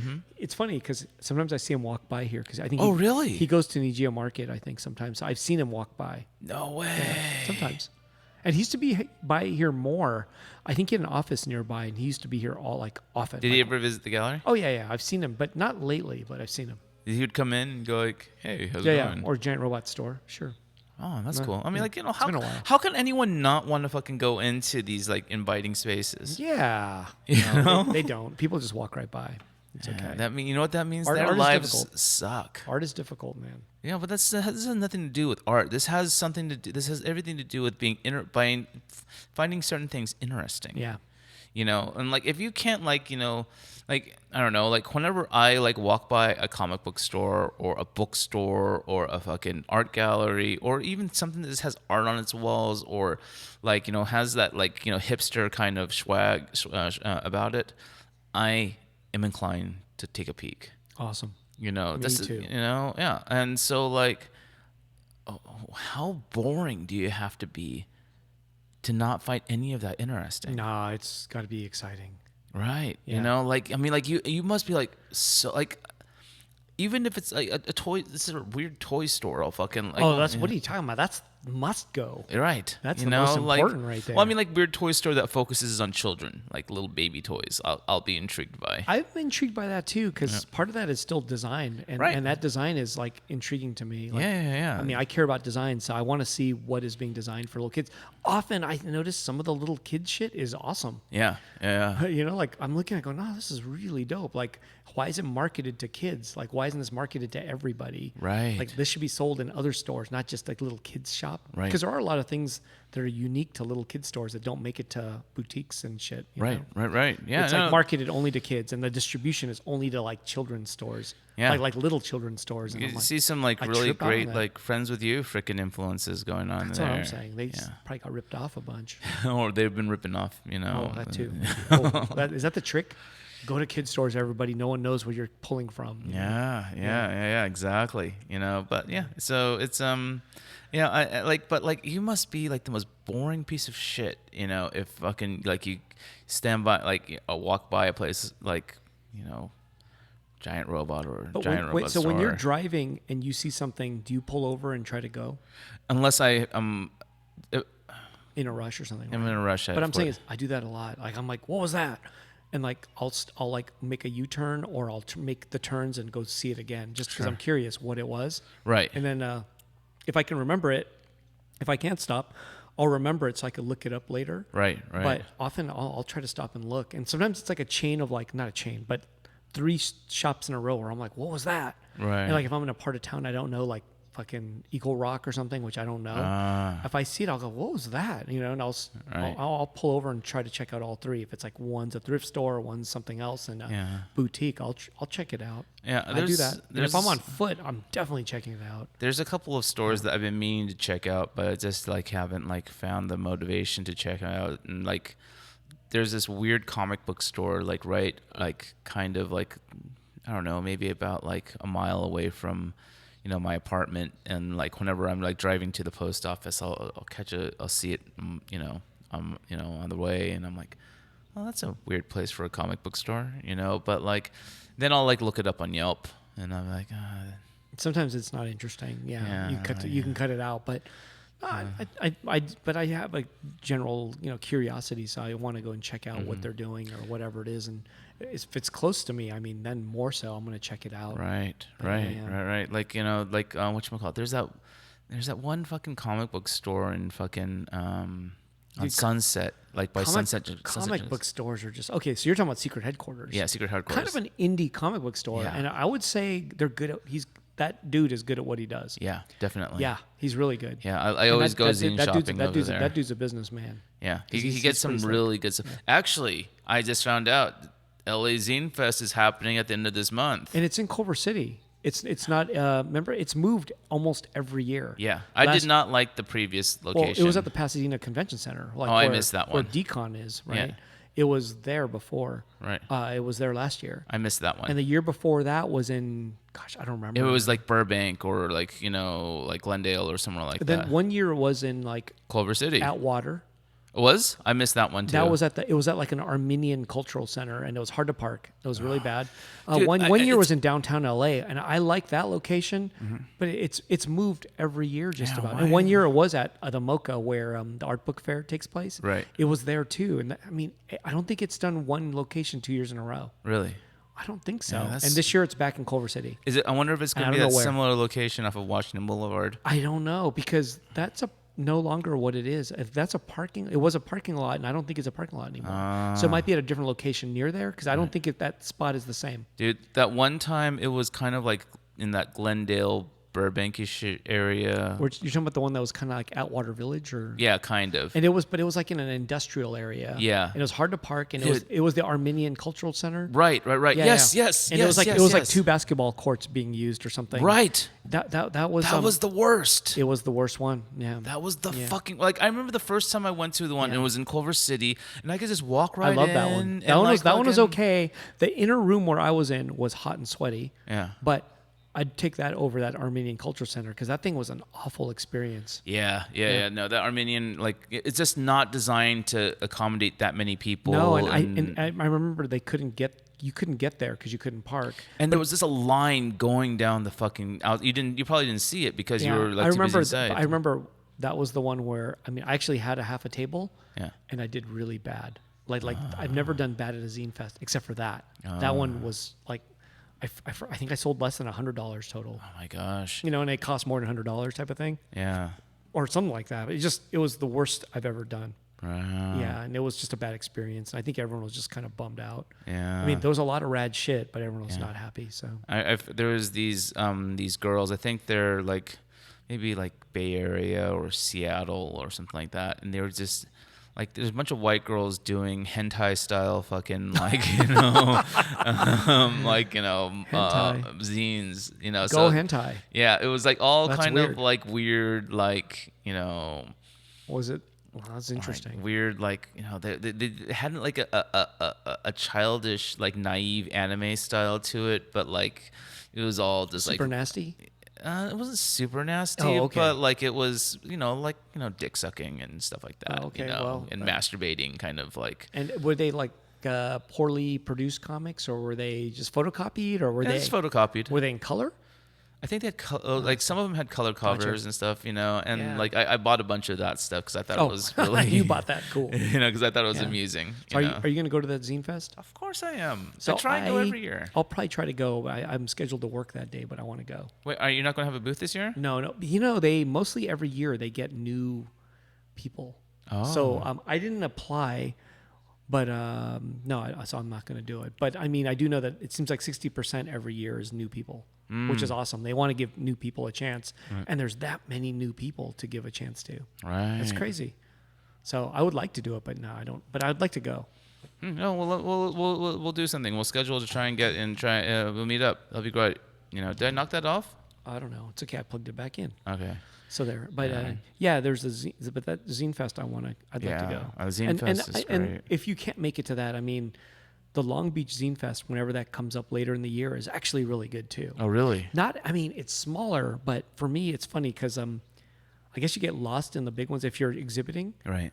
I think I did better at the Long Beach one than I did at the LA Zine Fest, just because it was a little more less, but still a lot. I was kind of worried because I'm like, oh my god, I only have like a week to fucking belt out a zine for. I don't have one. Okay, thank God. No. Thank God. Okay. That's so funny though. I'm trying. I have some ideas on what to do for like I don't know, maybe San Diego. I'll have a zine for you. We could try and put a whatchamacallit, like zine. a zine together. a signing day and stuff like that. Man, isn't like making zines seems like it should be really easy, but again, like just like we were talking about earlier about making a comic. I don't want to just make a shitty comic. Right. Like if I'm ever making a comic, I'd want it to like reflect me, my interest, and maybe like insecurities or something, right? I'd want it to be a story that was kind of like more important than what I would, like than what you would think, kind of a thing.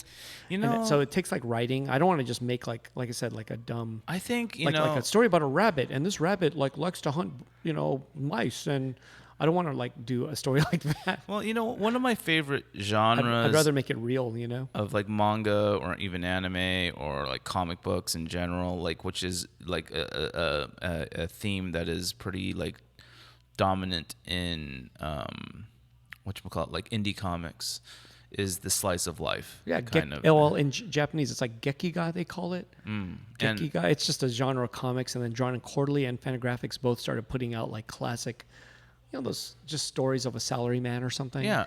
Yeah, they started putting those out. And I think but those are like what Adrian Tomine, for example, would do that. Exactly. Actually, Yeah. it's funny because like I was friends with Adrian Tomine's like I guess ex, and Oh yeah, I remember. yeah, you remember her. I remember And, like, that though. she That's when I was really scared of you. and she was telling me like like pointing examples like, yeah, this is in our relationship. This is in our relationship. Oh, really? Like, Wow. and I was Yeah. like, okay, that's interesting. And I think especially like as like a That person was an actress, artist. Mm-hmm. I remember her business card had like 8 things that she did. she's Like everything. She does a lot of like stuff. We're still friends. Awesome. And she Forgot her name, but I don't know if that's Wendy. important. Wendy. And Yeah. she whatchamacallit. She was doing like these weird like photo booth photography kind of thing Wow. projects, and then she was also doing voice acting. Last time I saw her, she was in like an international or at least in a I think it was a statewide or a countrywide fucking advertisement for like some pizza place or something like that. Shit. So All right. she does a lot of Right stuff, on. but like. I mean, like, I actually imagine for you, like, For me. for you, For me? for you as a gallery owner, and a small business owner, like, doing like small 4-panel like strips about like the grind, the Yeah. things that you experience. That'd be fun. You No, know, that's one way to go too. But I'm not. I don't know. That's my dream though. One day is to do a comic, and I have not taken a step toward it. But I've thought about it a lot. But Yeah.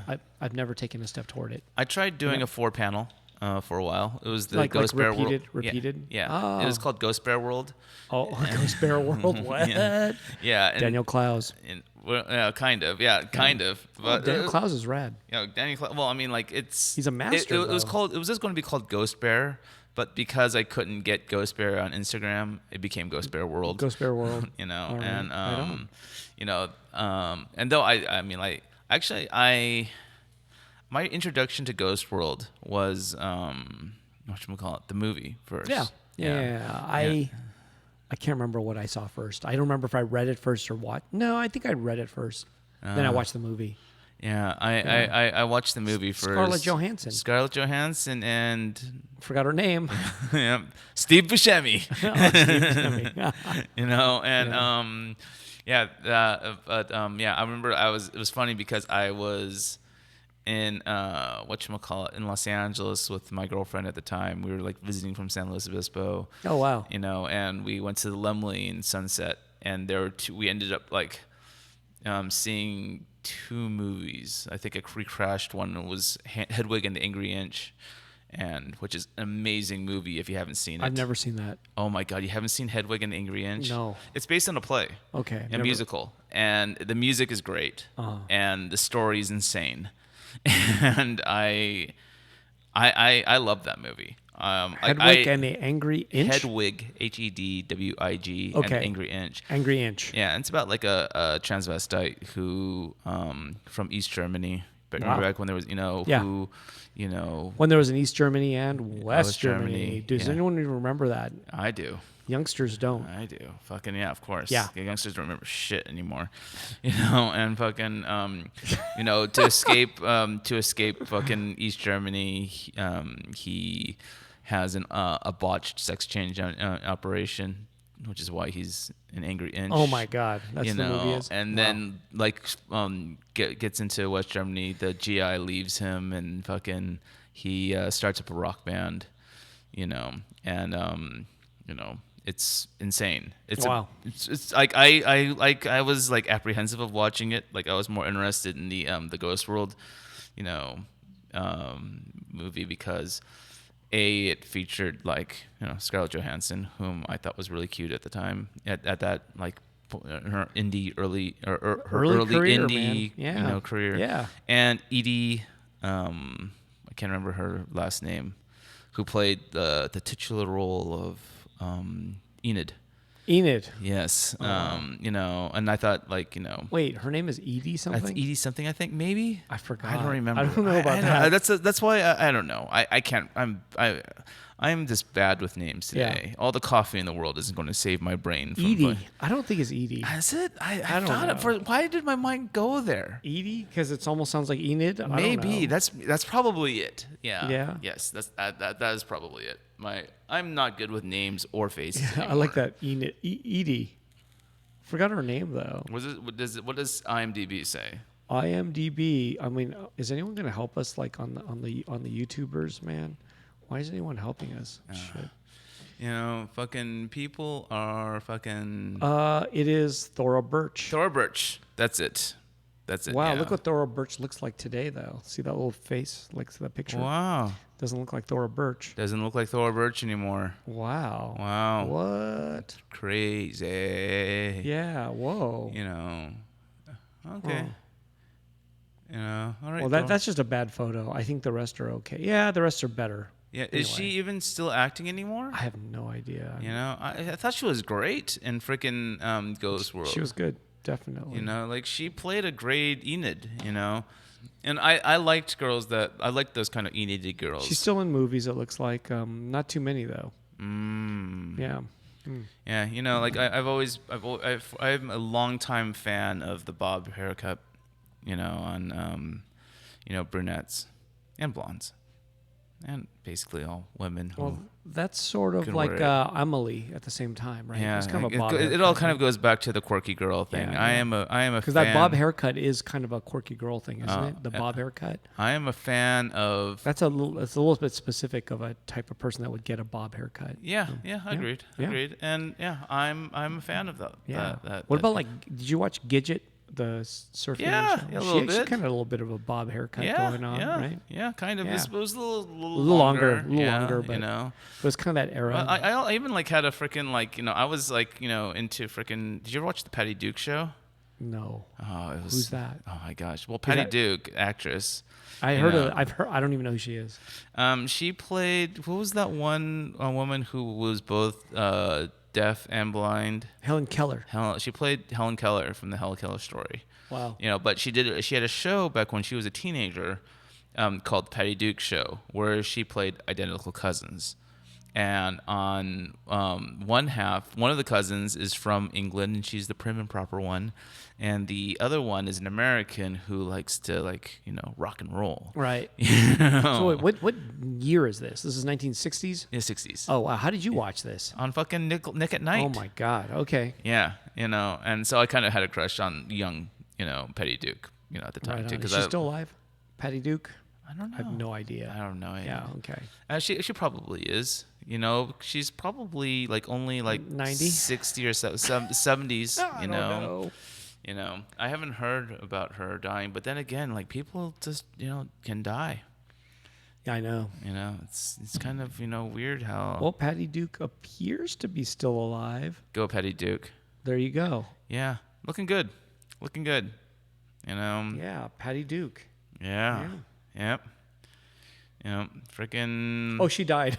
Oh, she did? My bad. Yeah, 2016 in Idaho, city of Idaho, and the name of the town that she lived in is Coeur d'Alene, city in Idaho. Coeur. It must What be the a hell? wealthy place. What kind of town is that called? Coeur d'Alene or something.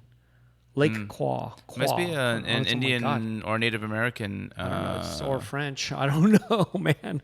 No, the Native Americans had some really Did unique they? words. Okay, because that one Lots just of X's in there. that one words. looks French to me, but I like don't know. you know, like even if you see like lots of like cities in fucking like Mexico and stuff, they like rock the X. Yeah, they do. You know. Oh, dude, this guy came into Giant Robot wearing, how do you say it? Yaqui, Yaqui, and I know that's an Indian, technically an Indian tribe, I guess you would call it. Yeah. It's called the Yaqui tribe, right? Okay. Almost like yakisoba, right? Right. But it's Yaqui. Yaqui, I believe. Mm. And he came decked out in a jacket that said that right across. That was like looked like a baseball logo. Sweet. And I asked him, and he had a baseball hat that had a logo I didn't understand. Like, I didn't recognize it. And he was saying how he's from Mexico, and that's the name of a team. It's the Yaqui something. And it's like, basically, he goes, well, that's technically, he goes, for you, it would be a tribe, but this is the original people that were in Arizona Okay. and Mexico. The indigenous people of the he said Southwest. that he said you'd call it a tribe, but he goes, they're the people that were here already. Right. And I was like, I got you, brother. Like I was like, because I heard of it. I thought it was an Indian tribe in Arizona, and he goes, no, it's from Mexico, and they were up in, it says when before it was Americas. He goes, this was all Mexico. Yeah. And he goes, the Yaqui tribe was all the way up there too, and also across Mexico. It was all of it. Mm-hmm.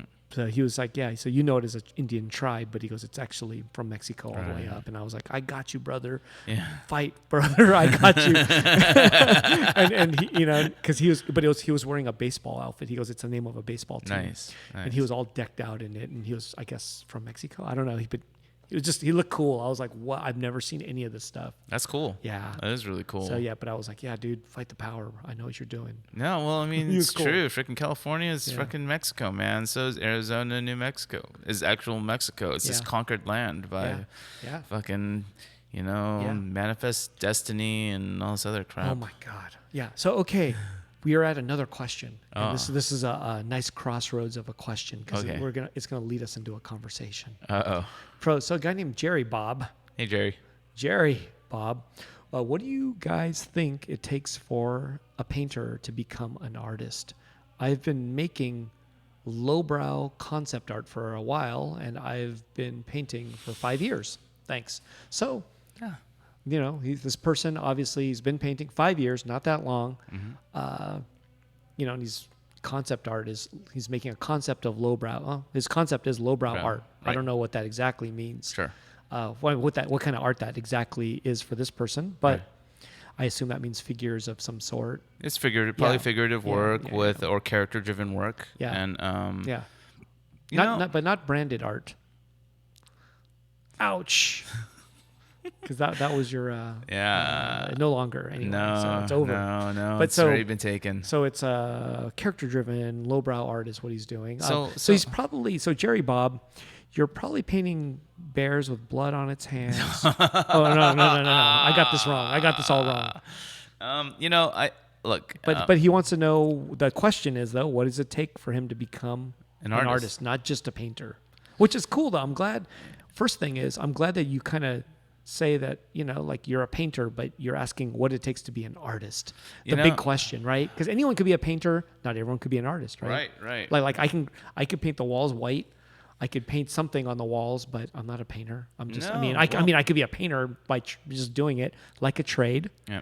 But actually, like creating an art and being an artist is another question. So first, I'm glad that he already he already differentiated. Yeah. And that's cool. I think if you're gonna people who call themselves artists are narcissists, or it's just a weird fucking kind of thing to just go like, oh, I'm a artist. Yeah. And There's a little bit of peer review, I feel like, too, to say you're an artist. Absolutely. Right? It's not like you could just call yourself one in a vacuum. I'm an artist. Yeah. I mean, a little bit of peer review, meaning you have art shows and it's being, looked at by people and. Well, also, whatever. frick, fucking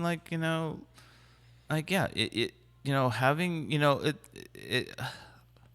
having other people kind of, it feels like it's something like, other people, like it's a title that is bestowed onto you. I guess so. Yeah, You know, you obviously- can call it, but I mean, that's the same as becoming a professor at a school. Is that you have to write peer-reviewed stuff Right. that gets reviewed, and then they say, okay, you are a fucking professor because you created this great thing Well, and you're whatever. also And hired as a professor. but you now get a right? PhD though. To get a PhD, you need peer reviews. Sure, right? sure, sure. You can't just say I'm a.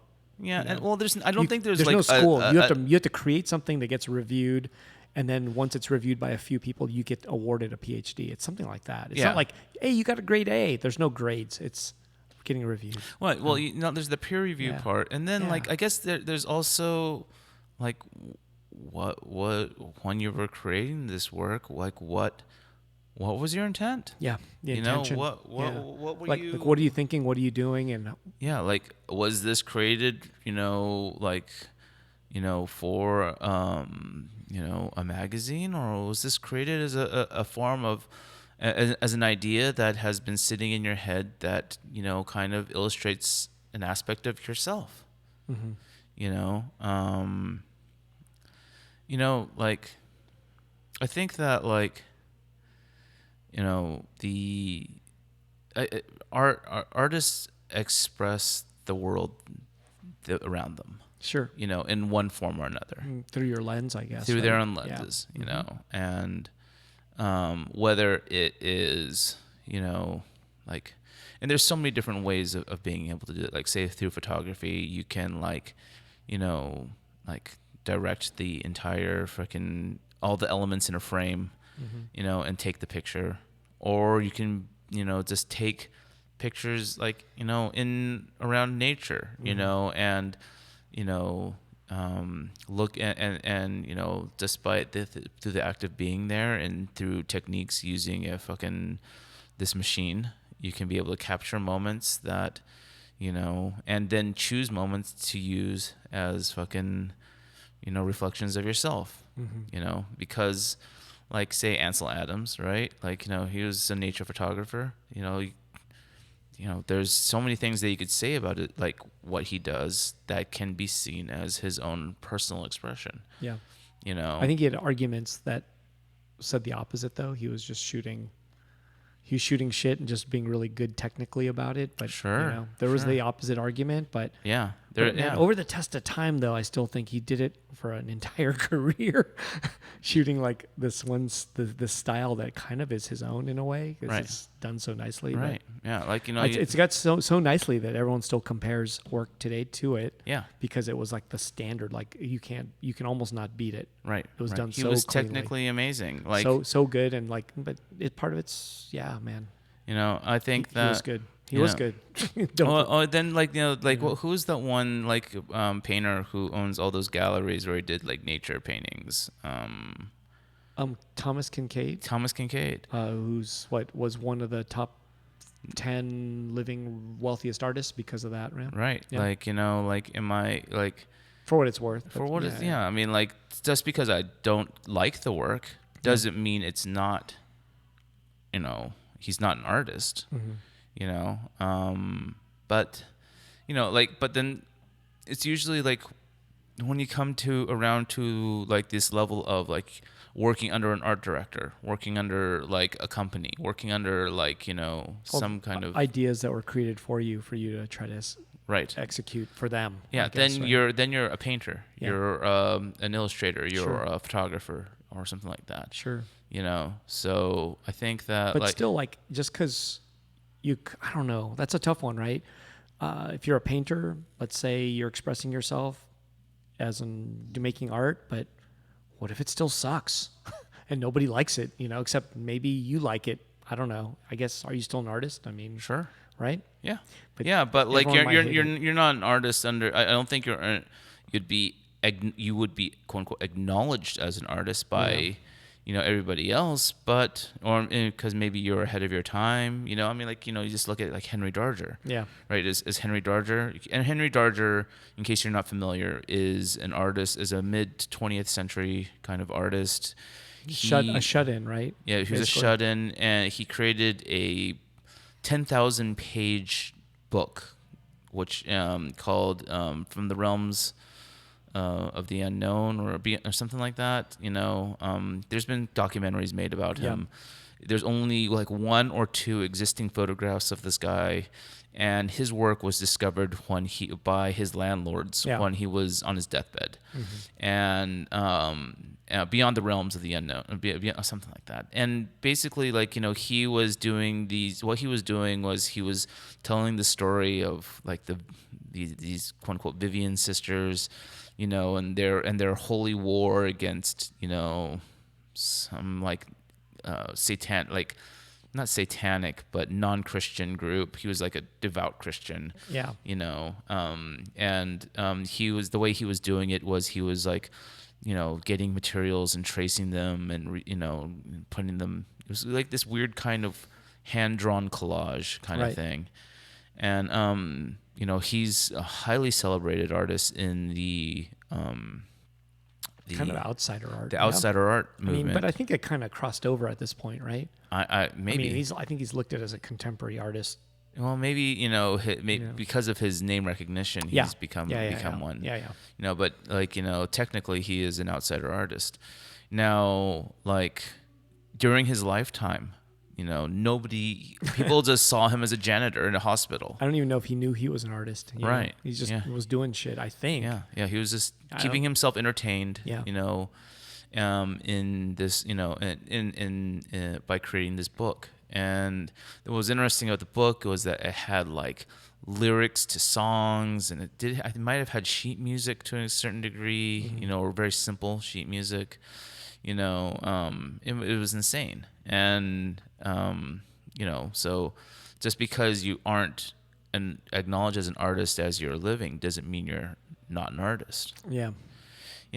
But like, I kind of like to think that that's just the goal that, people who create, who express themselves through quote unquote artistic ways aspire for. Yeah. I think Jerry Bob, I think though, part of what he's asking is becoming an artist is becoming an artist that's out there. You know what I'm saying? Right. A celebrated one, maybe one that makes money, but I don't know, a lot of money. I don't know what he means by that part, but makes money. I'll be happy. I'll be the I first don't know. one. I don't know what it takes exactly, but a lot of work and painting what people like and following your, what you want to do too. Sure. All those things have to come through, and you have to be consistent. I'll be the first. I'm willing to admit that I find the title artist as something I struggle like wrapping my head around. I still feel like I'm not quite there. It's a very serious thing to, it's a very serious term. Yeah. I mean, if you're doing art like yourself, that's a term you've got to take very seriously and dearly and all that stuff. It's like pretty sacred, right? Yeah, so, exactly. Yeah, I think I interviewed long ago Ryan McGinnis, and we were talking about that, and I think he kind of went through the same exact conversation about what the word art or artist is. And I remember him saying something similar, that it's just a term that's very important, that he has to take very serious. That's not, can't take it lightly, and it means a lot to him. And, an artist is, I think for him, part of it is being part of the dialogue of history of art. Right. You know what I'm saying? Like being in that conversation, whether it's tiny, but I mean, when the history of art gets written in this 10,000 page book, that you're in there somewhere. Right. And he goes, that's what he wants to do for himself as an artist, is that be in that, whether it's a mention somewhere. Absolutely. Bigger the mention, better. But I mean, to be mentioned and acknowledged in this master book, whatever that might be. That in the annals of art history. You're in there. Of course. That you have made a mark. I don't know anyone who would not want that. I don't know. Some people probably don't even think of it that way, though. But you know what I'm saying? Like it's just, they're doing it now. They're in the present. I'm glad to know I'm not the only one who fucking thinks that way. Yeah. You know what I'm saying? A lot of people, I think, are in the present, not thinking about, the history of art and how they fit into that. They're just doing what they do. And I don't know if everybody's into that, but no. Well, I mean, but ultimately, I mean, whether you think about it or not, you might. It's fucking hard, because the thing is that like there's not just it's beyond. If it's as simple as creating artwork, Yeah. then fucking. Nah, it's the whole package, man. Then there'd be a fucking, and then it would be easy. But the thing is that like not only is there the creating of the art, there's also the making a living off of it. Yeah.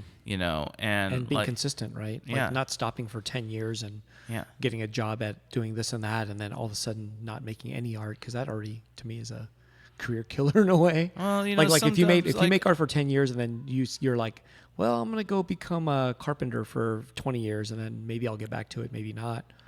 I mean, Yeah, that first 10 years of your art, man, is almost like. Who was I having this That's a tough one. conversation with? I was talking to. I feel like it's consistency. Oh, I matters. remember who I was talking to. I'm not going to mention the name and mention names. Where's but, that paper? Where's that pencil? No, I'm just kidding. No. But you do know him. I know. Oh, it's a he. Okay, that yeah. eliminates 50% of you out there. And well, he was basically making an argument of like, this is, the reason why, contemporary art galleries and museums are more inclined to invest in men is because of the fact that like, because of things like childbirth and stuff like that. Like it usually, a lot of, humans, I would assume mostly women, because they are the ones who, go through the motions and the actions of giving birth to this child. Sure. And, usually have to deal with a lot of ramifications, whether it being postmortem depression. No, was it postmortem? No, post whatever, having a baby depression, or freaking like wanting to raise that child because you brought this child into term, et cetera. You'll see like artists, who take breaks that last a long time. Like I can think of several like, female artists who are on hiatus right now, who, because of babies. Wow. And I couldn't disagree with him, but,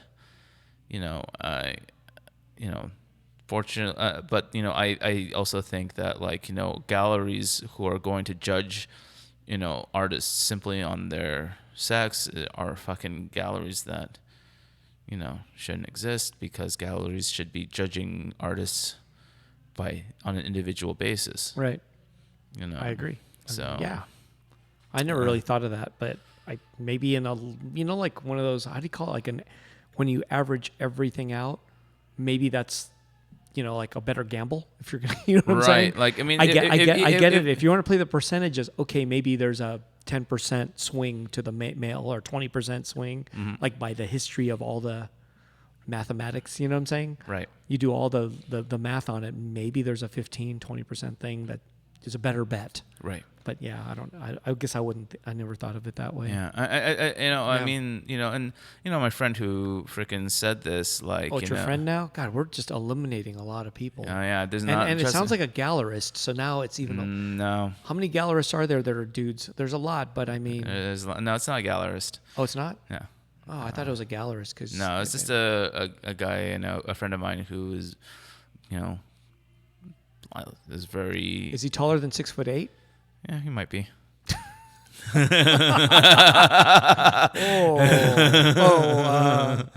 Shaquille O'Neal. That was you. Shaq. Shaquille O'Neal, man. Shaq. Yeah, you're 7'1", so there you go. I think he was. I think he wasn't like like trying to say that that's what galleries should do. I think he was simply making an observation about like, Does this name rhyme with golf? Yes. But like, and it was. I think he was simply citing an observation. You didn't have to say yes to anything. I know, but unfortunately, but you're going to keep on asking questions. I was just having fun with it. I just randomly guessed one person. You guessed him a while ago. I could tell. No, I didn't actually. I just was only thinking. You guessed him when you're asking the height thing. I know, and but I only did that because I was just thinking of a person that could fit a description by height. Right. Like if I said, is he over 5'8"? I mean, that's everybody, but yeah, but you said 6'8". I said it on purpose, because I was like, like he's the only one that I know that's that tall. Yeah. Anyways. And who also has an opinion. Oh yeah, it's true. But anyways, yeah, there you go. So like, yeah, sorry. Like it doesn't matter. Like we haven't said anything specific unless you live in LA. I did say, hey, playing the percentages, that's probably true. mathematically the percentages maybe.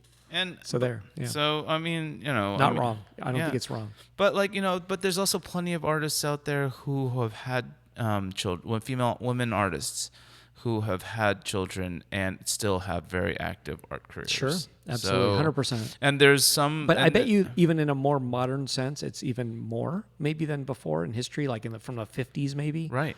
When that was like a different male-female kind of a, I don't know what you call it, societal pressure norm. Right. There's probably like a bunch who just got their careers fucked from like man going, you take care of baby, me go to work, and you art career over, Right. And it's like, fuck, that sucks. Well, you know what I'm saying? What I think is interesting is it's just probably better how now. many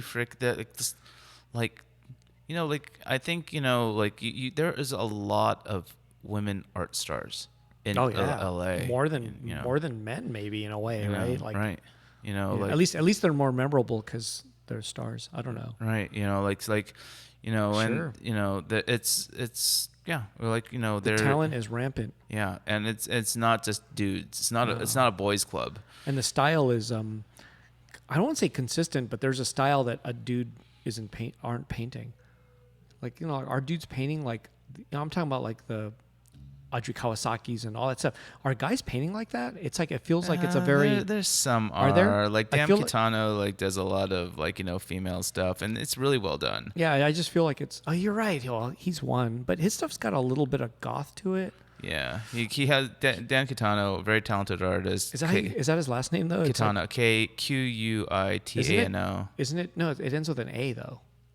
Tana. Quintana. Oh, is it? Yeah. I always see an O. No, it's an that A. A I think becomes an O. it's an A, but I got you. Yeah, Kitana, no, that's yeah. okay. Yeah, you got it. He's really got good. the skills too. He's good. He's got an amazing painting job. It just seems like it's like there's a look and style to a lot of the female artists. So they're painting females often. Well, right? there's that kind of that's stereotype too. It's the girls who paint girls, genre of LA art. Mm-hmm. There were so many of them, and so many different styles. Mm-hmm. And it's not just an LA thing, but it's a work that is definitely shown a lot. Yeah, it's popular. I guess I would say it's hot. I don't know. Like, if you looked at it from a outside perspective, I wonder if people look at that as like a LA movement or something. Well, it's popular here. Well, LA is kind of no one gets tired of it. It seems like it keeps going. Oh, it definitely keeps going. Everyone you got Audrey Kawasaki to Natalia Fabia to Camilla D'Errico, Soy Milk. Yeah. And then artists who are kind of missing right now, like Sylvia G, or there's a lot of that going on around here. Oh yeah. And it seems like there's room for it all. Oh, absolutely. Well, those artists that I named, each one of them have their own unique kind of visual styles. But there's also many in between that are up and coming, that are I'm not saying tiny. They have Instagram 120,000 people type of stuff, and it's they're in between, those styles. Those people there's a whole bunch. With 120,000 followers, man. There's a whole bunch though, right? I could probably name 10 more that fit somewhere in between all the big names we mentioned. That there's at least 10 more, maybe more. Yeah. That are just maybe doing their thing, making a decent living. I just don't know, but they're in there just cranking, man. Yeah, no, it's yeah. Well, I think and maybe they're all in LA. You know what I mean? When it comes down to it. LA's, from my understanding, and I don't know, we might have talked about this in a previous episode, but it's a lot of it is, of course, is rooted in the fact that LA has classically been an animation is an entertainment capital, and a lot of animation was coming out of California. You just need to drive down the 210 freeway with the 135. It's all there. 134. And 134, yeah. And freaking there's that big ass Disney animation fucking studios. You've got the Nickelodeon and all that shit. Yeah. And so many of the artists that we know that are fixtures here, like Tim Biscup, Gary Baseman, kind of, Saleo. Was it Saleo? Saleo is an artist. Yeah. Is that her name? She has a show coming up. No, who am I? Wait, which one am I thinking of? Who's Sana Hong? Sana Hong. Yeah, that's it. It's just with an S and Sailio's a good artist too. So yeah, there, yeah. but Sonahong, yeah. Sonahong, like all Yeah. came from animation. Yeah. And before them are like Oh, it's still in animation. She's still doing it. Yeah, She she's- doesn't want to leave that. She likes it. So yeah, all good. it must be fun to be able to like not be so fixated on just one thing. You're kind of pushed in unique directions. and she too has a kid now who's 18 years old. Like Is she 18 I now? think so 17 or 18. Yeah. Wow. I remember like going I to believe, a yeah. freaking Six Space fucking show and, seeing, Tiger Lily just, Yep. Little kid. wow. Yep. There you go. But like, remember Six Space Gallery? No, I heard of it though. I don't remember it. Six Space Gallery was in downtown Los Angeles. And, I don't know if I ever went. they had two different spaces, like one, in two different times, right? Right. And they had one that was right off of Adams in downtown, and then they moved somewhere like maybe Silver Lake, and Where's it today? Is it still around? it's gone. Oh, okay. It's gone. I think she kind of realized that this kind of LA art thing is just like it's a grind. It's yeah, it is. It keeps going. And then like, but and also like if you step away from it, the scene is going to be there without you, right? It's like a music scene or all those things just because you step away. Sometimes, I'm so self-centered. I'd think, oh, it's over because I'm not there anymore. Mm-hmm. It's going on without you, man. Just Like I don't go and see bands anymore. Mm-hmm. Concerts are still happening. Small ones, all ages, punk rock, rad punk rock. Mm-hmm. It's all happening without me. Yeah. Just because I'm not there. So Yeah. the art continues, man. The art continues. The grind continues. The grind. Well, but I think, okay, this is something that like, I've thought about a while ago, and this is that and that. Like, don't you feel like the way, like, this like level of artwork, this mid-range to beginner-ish kind of like. I was gonna say, is this mid-range? I bet you this is low. Like to many, this is lower than mid-range where I'm at. Yeah. And to some, this might be high up. This is like, oh my god, I made it here, right? Right. But I mean, to me, I'm like, I could. I know that this isn't the biggest gallery, so I get it. Right. And I know this whole genre is like looked at by some is like nothing. Right. And then to us, it's like it's providing. Yeah. You know what I'm saying? Absolutely. Yeah, it's weird, right? But, like, because I don't you mean, in think- New York, those galleries, like some of the galleries in New York, are probably like all this stuff is garbage in LA. Oh yeah. I'm sure, Oh, The old absolutely. establishment, right? Absolutely. The galleries that have been around for like 50, 60, 70 years are just going, all that is garbage, man. Yeah. We are the history. This is not history, Right. Yeah. Yeah. I'll keep thinking that way. And the thing is, but don't you think that like, the way like business is done here is just kind of, I don't know, what's the word that I'm looking for here? It's just, God, I'm trying to think of the word, inefficient. Like it's like we're selling a lot of little bits here and there for, anywhere from like $100 to $1,000, $2,000, dollars, and like, when like, the real hustle happens at that 100,000, the Yeah. $5 to $10 Sure. to $100,000 fucking, $500,000 And level. now, $1 million maybe or more, right? Right. Some of these artists are going there now. And like, but how does like the gallery and the artist freaking like get to that next level? That's the eternal question. That's what you want to know. Yeah, You know that's- what? I know the answer, and I'm not going to tell you. I'm not telling you, dude. Sorry, man. Yep. Yeah, Yep. Yep. Yeah. Yeah. I'm not telling you, but I'm telling other people. It's not you. It's not you. I just want to see you suffer. I've told other people already. Look at them. Yep. Blowing up. Yep. Yep. Because, the David Choes and the James Jeans of this world would have been nowhere without you. Cause, dude. Cause. Yeah, you made it happen. Murakami. Yep. Murakami would be nowhere without Oh my Nakamura. That's the reason why he fucking kowtows to you every time he sees you. Oh my God, no. Anyway, nonetheless, no, man. There's no secrets. You've said it before. It's talent. What is it? Talent, something, and luck, or something. Talent, discipline, and luck. Yeah. The luck is just there is the right time at the right place. That whole thing still matters. Yeah. Because, sometimes those things only work in a vacuum at that time, and, exactly that location, that time, and everything. If you started that exact thing 10 years later, it might not have worked. Right. I don't think it'd do better. It might not have worked at all. Right. That's my guess. Right. You know what I'm saying? Like, so part of it's, and there's no end to it. I mean, shoot, the luck can happen anytime. Yeah. You know what I'm saying? That's true. Yeah. The luck can be at any time. Luck is still, you could say it's not luck, but I mean, we're just using it as a phrase. For me anyways, I'm saying it as a phrase that it's luck. It can just be all the planets aligning at that time. And, we call it luck, but I'm saying is it might just be what it was. Well, luck is such a freaking weird word. I've been thinking about the word luck. It's a difficult one because, is a lotto win luck, or is it you picking the right numbers, or the computer picking the right numbers for you? I mean, there's a, you know what I mean? It can be looked at either way. I mean, luck is, I think for me, luck is basically summarizing this idea of good fortune. Yeah. And it is that. It's like the right time happens, and maybe an agent at CAA who you met just goes, dude, you are the greatest thing I've ever seen. And, I want to take your art to the top, and here's how I'm doing it. And then he does it. You know what I mean? Right. And it's like, and that's an opposite way. It's like a CAA agent usually doesn't take an artist's work and blows it up, right? Usually it's a gallerist or something. Right.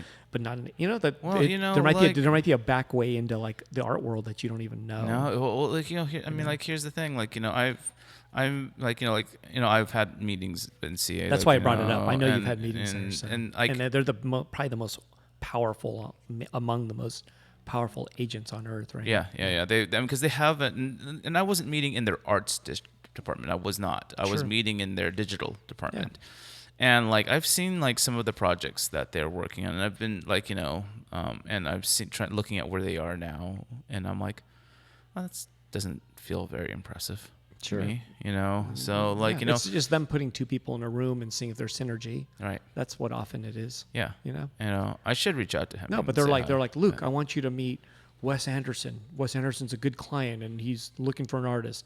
Might be that, right? Right. Or something. They'll put you into rooms with other people and see if there's synergy, and you guys think of a project together. Sure. That's what agents often do. Right. They're like, hey, I just met so-and-so, and he's a musician. He wants to do some visual thing. And, well, I know you, Right. Maybe you guys meet. I don't know. That's kind of what my experience with agents are. They just put you in rooms with other people to see. And if there's a project that sounds good, then they take it to the next level, and it's like, okay, well, we're going to sell this project now to Nike, or whatever. And then that's how they make their money, because, they want you to drum up a great idea, then they blow it up. Yeah.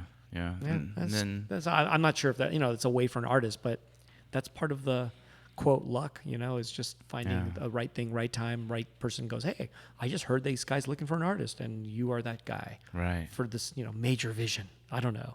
Yeah. So there's a lot of different ways into it, but that's my example of what I think luck or fortune would be, is that, just things like that. And it could be a gallerist saying, hey, man, I'm opening up this new space and blah, blah, blah, blah, blah, blah, blah. I need this. Or it could be something else. It could be a clothing brand. Right. Saying, dude, I'm going to do this thing, and it's going to be bigger than Supreme, and I need you, Right. No, and that can happen at any moment. And you never know. And it's also a gamble, right? Because it can all fail, but it can all succeed. And I've worked with boutiques before, doing t-shirt designs and stuff like that, and it literally flopped, and then I've worked with freaking whatchamacallit, I get propositioned by these weird companies that do art on fucking upholstery. Wow. And I'm just not just they'll do dresses, and they'll do curtains and stuff like that with your work, and I'm like, yeah, I'm not really excited about this idea. That doesn't sound so exciting. And you're not you're not really selling it to me with who you are collaborating with, who your investors are, and stuff like that. You might have the machines to fucking do it, but do you have the fucking distribution network to fucking get it out there? Yeah. But as a starting artist, I mean, I hate to say it, but you got to fucking take any opportunity you can get. Yeah, check it out, right? Yeah. What have you got to lose? You're fucking you're here. Yeah. You don't have a reputation. Yeah. So fucking get your work out there. I did DeviantArt back in the fucking age. You remember DeviantArt? It's still there, isn't Yeah. it? Yeah. I've had meetings with those guys after a while ago. Oh, you had meetings with them? Yeah, Okay. they like, and What, they- were you like, hey man, you're the biggest artist here at DeviantArt? no, I'm not. I'm definitely not the biggest artist in DeviantArt. But I know the some thing, big ones there. yeah, there's some really big ones. Sure. But the thing is that like I would have, like, but they wanted me to continue because I stopped uploading my work a long time ago. in there, They're And- like, hey Luke, what happened? yeah, like they want to like because like they were selling prints and stuff like that, okay. and I'm like, I'm not going to fucking sell prints unless I see the print, approve the print. Yeah. And then fucking like, because like those kind of things mean a lot to me. Yeah. Like the way the work is reproduced means a lot to me. And, unfortunately, I have also released some really shitty fucking prints because, like they'll have printed everything up, or they've gotten things to the best that they could. And I'm like, well, gotta have it in this convention. So fucking, we'll just go with it. It's nothing. Not you and I. We've done good prints together, But like there's a couple of companies, and Well, some could have been almost like offset looking, right? That bad, or is it just on cheap paper or something? or maybe it wasn't on paper. Oh, okay. Another material. Yeah, Yeah. Okay. I think I know. Okay. Yeah. Whole. Well, wait. It's still paper though, isn't it? Technically. no, it's not paper.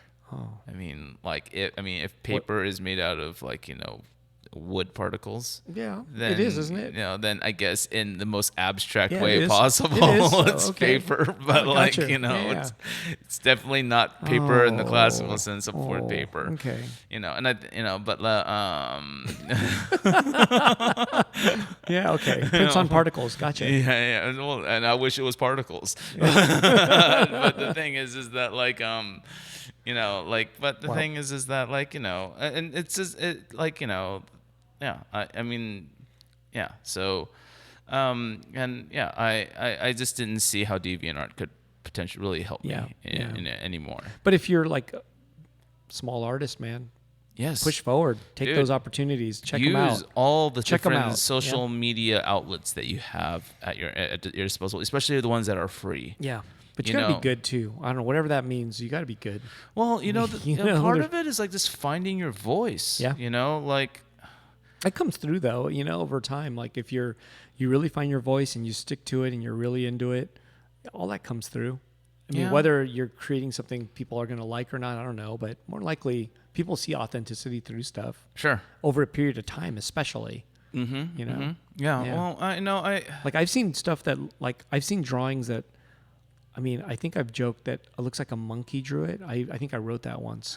I reviewed a guy's comic and I go, dude, I love the comic. I love the idea. It just looks like a monkey drew it is what I wrote, so I insulted the fuck out of the guy's drawing. right. But the idea was there Right. and the story was there. It's just the drawing was god awful. Right. That person still draws today, still makes comics, and they look a lot better now. You know what I'm Yeah, saying? yeah, Over yeah, time, yeah. it got better but the ideas were what was the most important.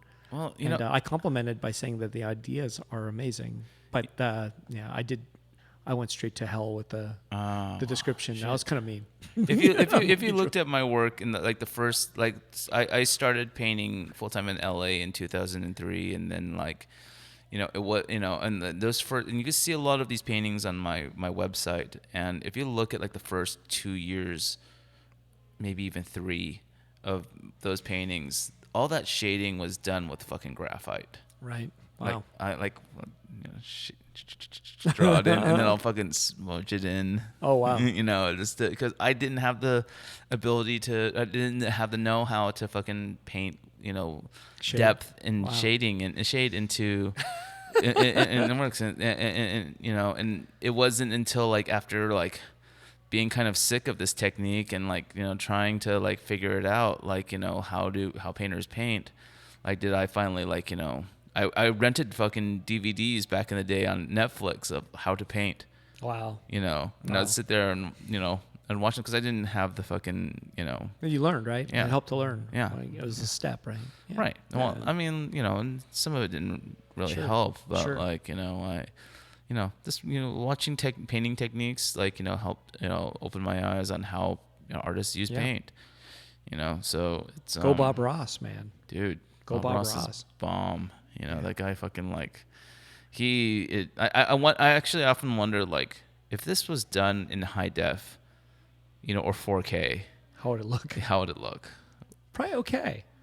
Well, those paintings weren't gigantic, were they? I mean, they're like Yeah, he 2 was by doing 3, like 2 by 3. 24, like he was doing Yeah. 24 by, or maybe 3, Yeah.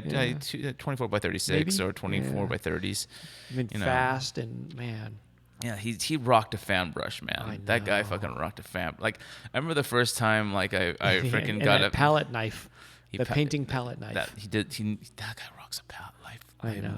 Nobody. Did you know there's a really funny thing is there's a UFC fighter who has a big red afro, and his nickname is Violent Bob Ross. Violent Bob Ross. Look him up.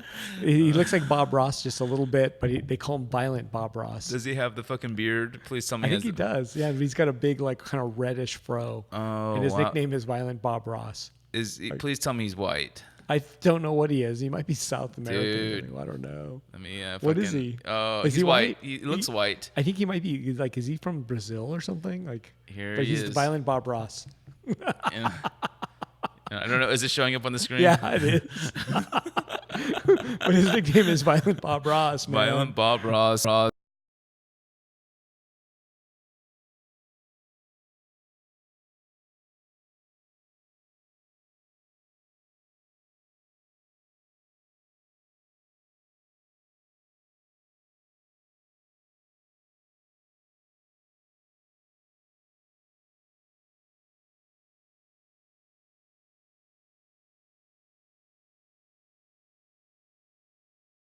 Broke. Like Right. I'd moved, you know, back from San Luis Obispo to fucking Monterey Park, you know, camp out in my mom's place because my mom and dad's place because I didn't fucking, you know, have anywhere else to go. Fucking, Damn, you this know. is a sob story. No, not really. But like fucking like, you know, I got lucky basically because of the fact that, you know, my one friend that from school who lived out here, you know, was was friends with this other design group called Syndrome Design, and they introduced me to Cannibal Flower. Oh, really? Yeah. Awesome. And, you know, and they kind of coached me, like, you know, just keep like, you know, like just keep fucking like talking to him, keep like message him regularly, let him know that you're interested in doing the show. Wow. You know, Keep it up, right? Yeah, and Yeah. so I did, and you know, I had some examples of my artwork laying around. You let me into the show. Awesome. And then, you know, Boom. boom, and those first few paintings, because I didn't have any money, and I wasn't going to fucking like throw hundreds of dollars at a fucking set of like top of the line, like, you know, professional grade, whatever, fucking acrylic paint. Winsor Newton. Or a golden brand, you know, that's what Golden I use. acrylics. Golden acrylics. That's what I use nowadays. Right on. You know, and I didn't have fucking money to throw at expensive fucking brushes. Oh, so you're just going to Daiso and buying the $1.50 brush set? I just go to the art supply store and buy the $2.50 like Okay. 4 brush. Yeah. you Well, know, that Daiso has a 4-brush set, I believe. Oh. I think Andrew Hem uses the small brush from that brush set as a small brush. Yeah. So he just throws away the other 30 and uses the skinny one. Yeah, I That's so funny. I buy like the fine point ones, you know, too, like from the $2 sets, Wow, you know, yeah. and just kind of keep the other ones around for mixing paint or fucking, you know, Painting mustaches on you know, yourself. I got it. exactly. Yeah. You know, So, yeah. but Awesome, all right. man. Dude, we are at 218. Nice. Yeah. Nice. Yeah. Freaking. It was fun. I feel good. Yeah. Yeah, it was I fun. feel Like I good. didn't talk too much shit about, you know. Just a little bit, but Just a little you know, bit, not you so know. much. Yeah. No. Well, hopefully we'll be back on Sunday. Yeah, it looks like we're going to do a Game of Thrones post talk, and then we're maybe going to have a guest next week. Yeah. Should we even name that? Or every time we name the guest, it doesn't work. It doesn't work out. Yeah. So we're not gonna name the now I'm guest. gonna, yeah. But we're gonna Every time it's we're gonna failed. try and get like, you know, start lining guests up. All It's right. it, you know. But you know what? It's all good. If It's not. all good. Yeah. We can we wrap. could handle ourselves. Yeah. Anyways, so thanks for listening, everybody. Yeah. See you on Sunday. Have a good one.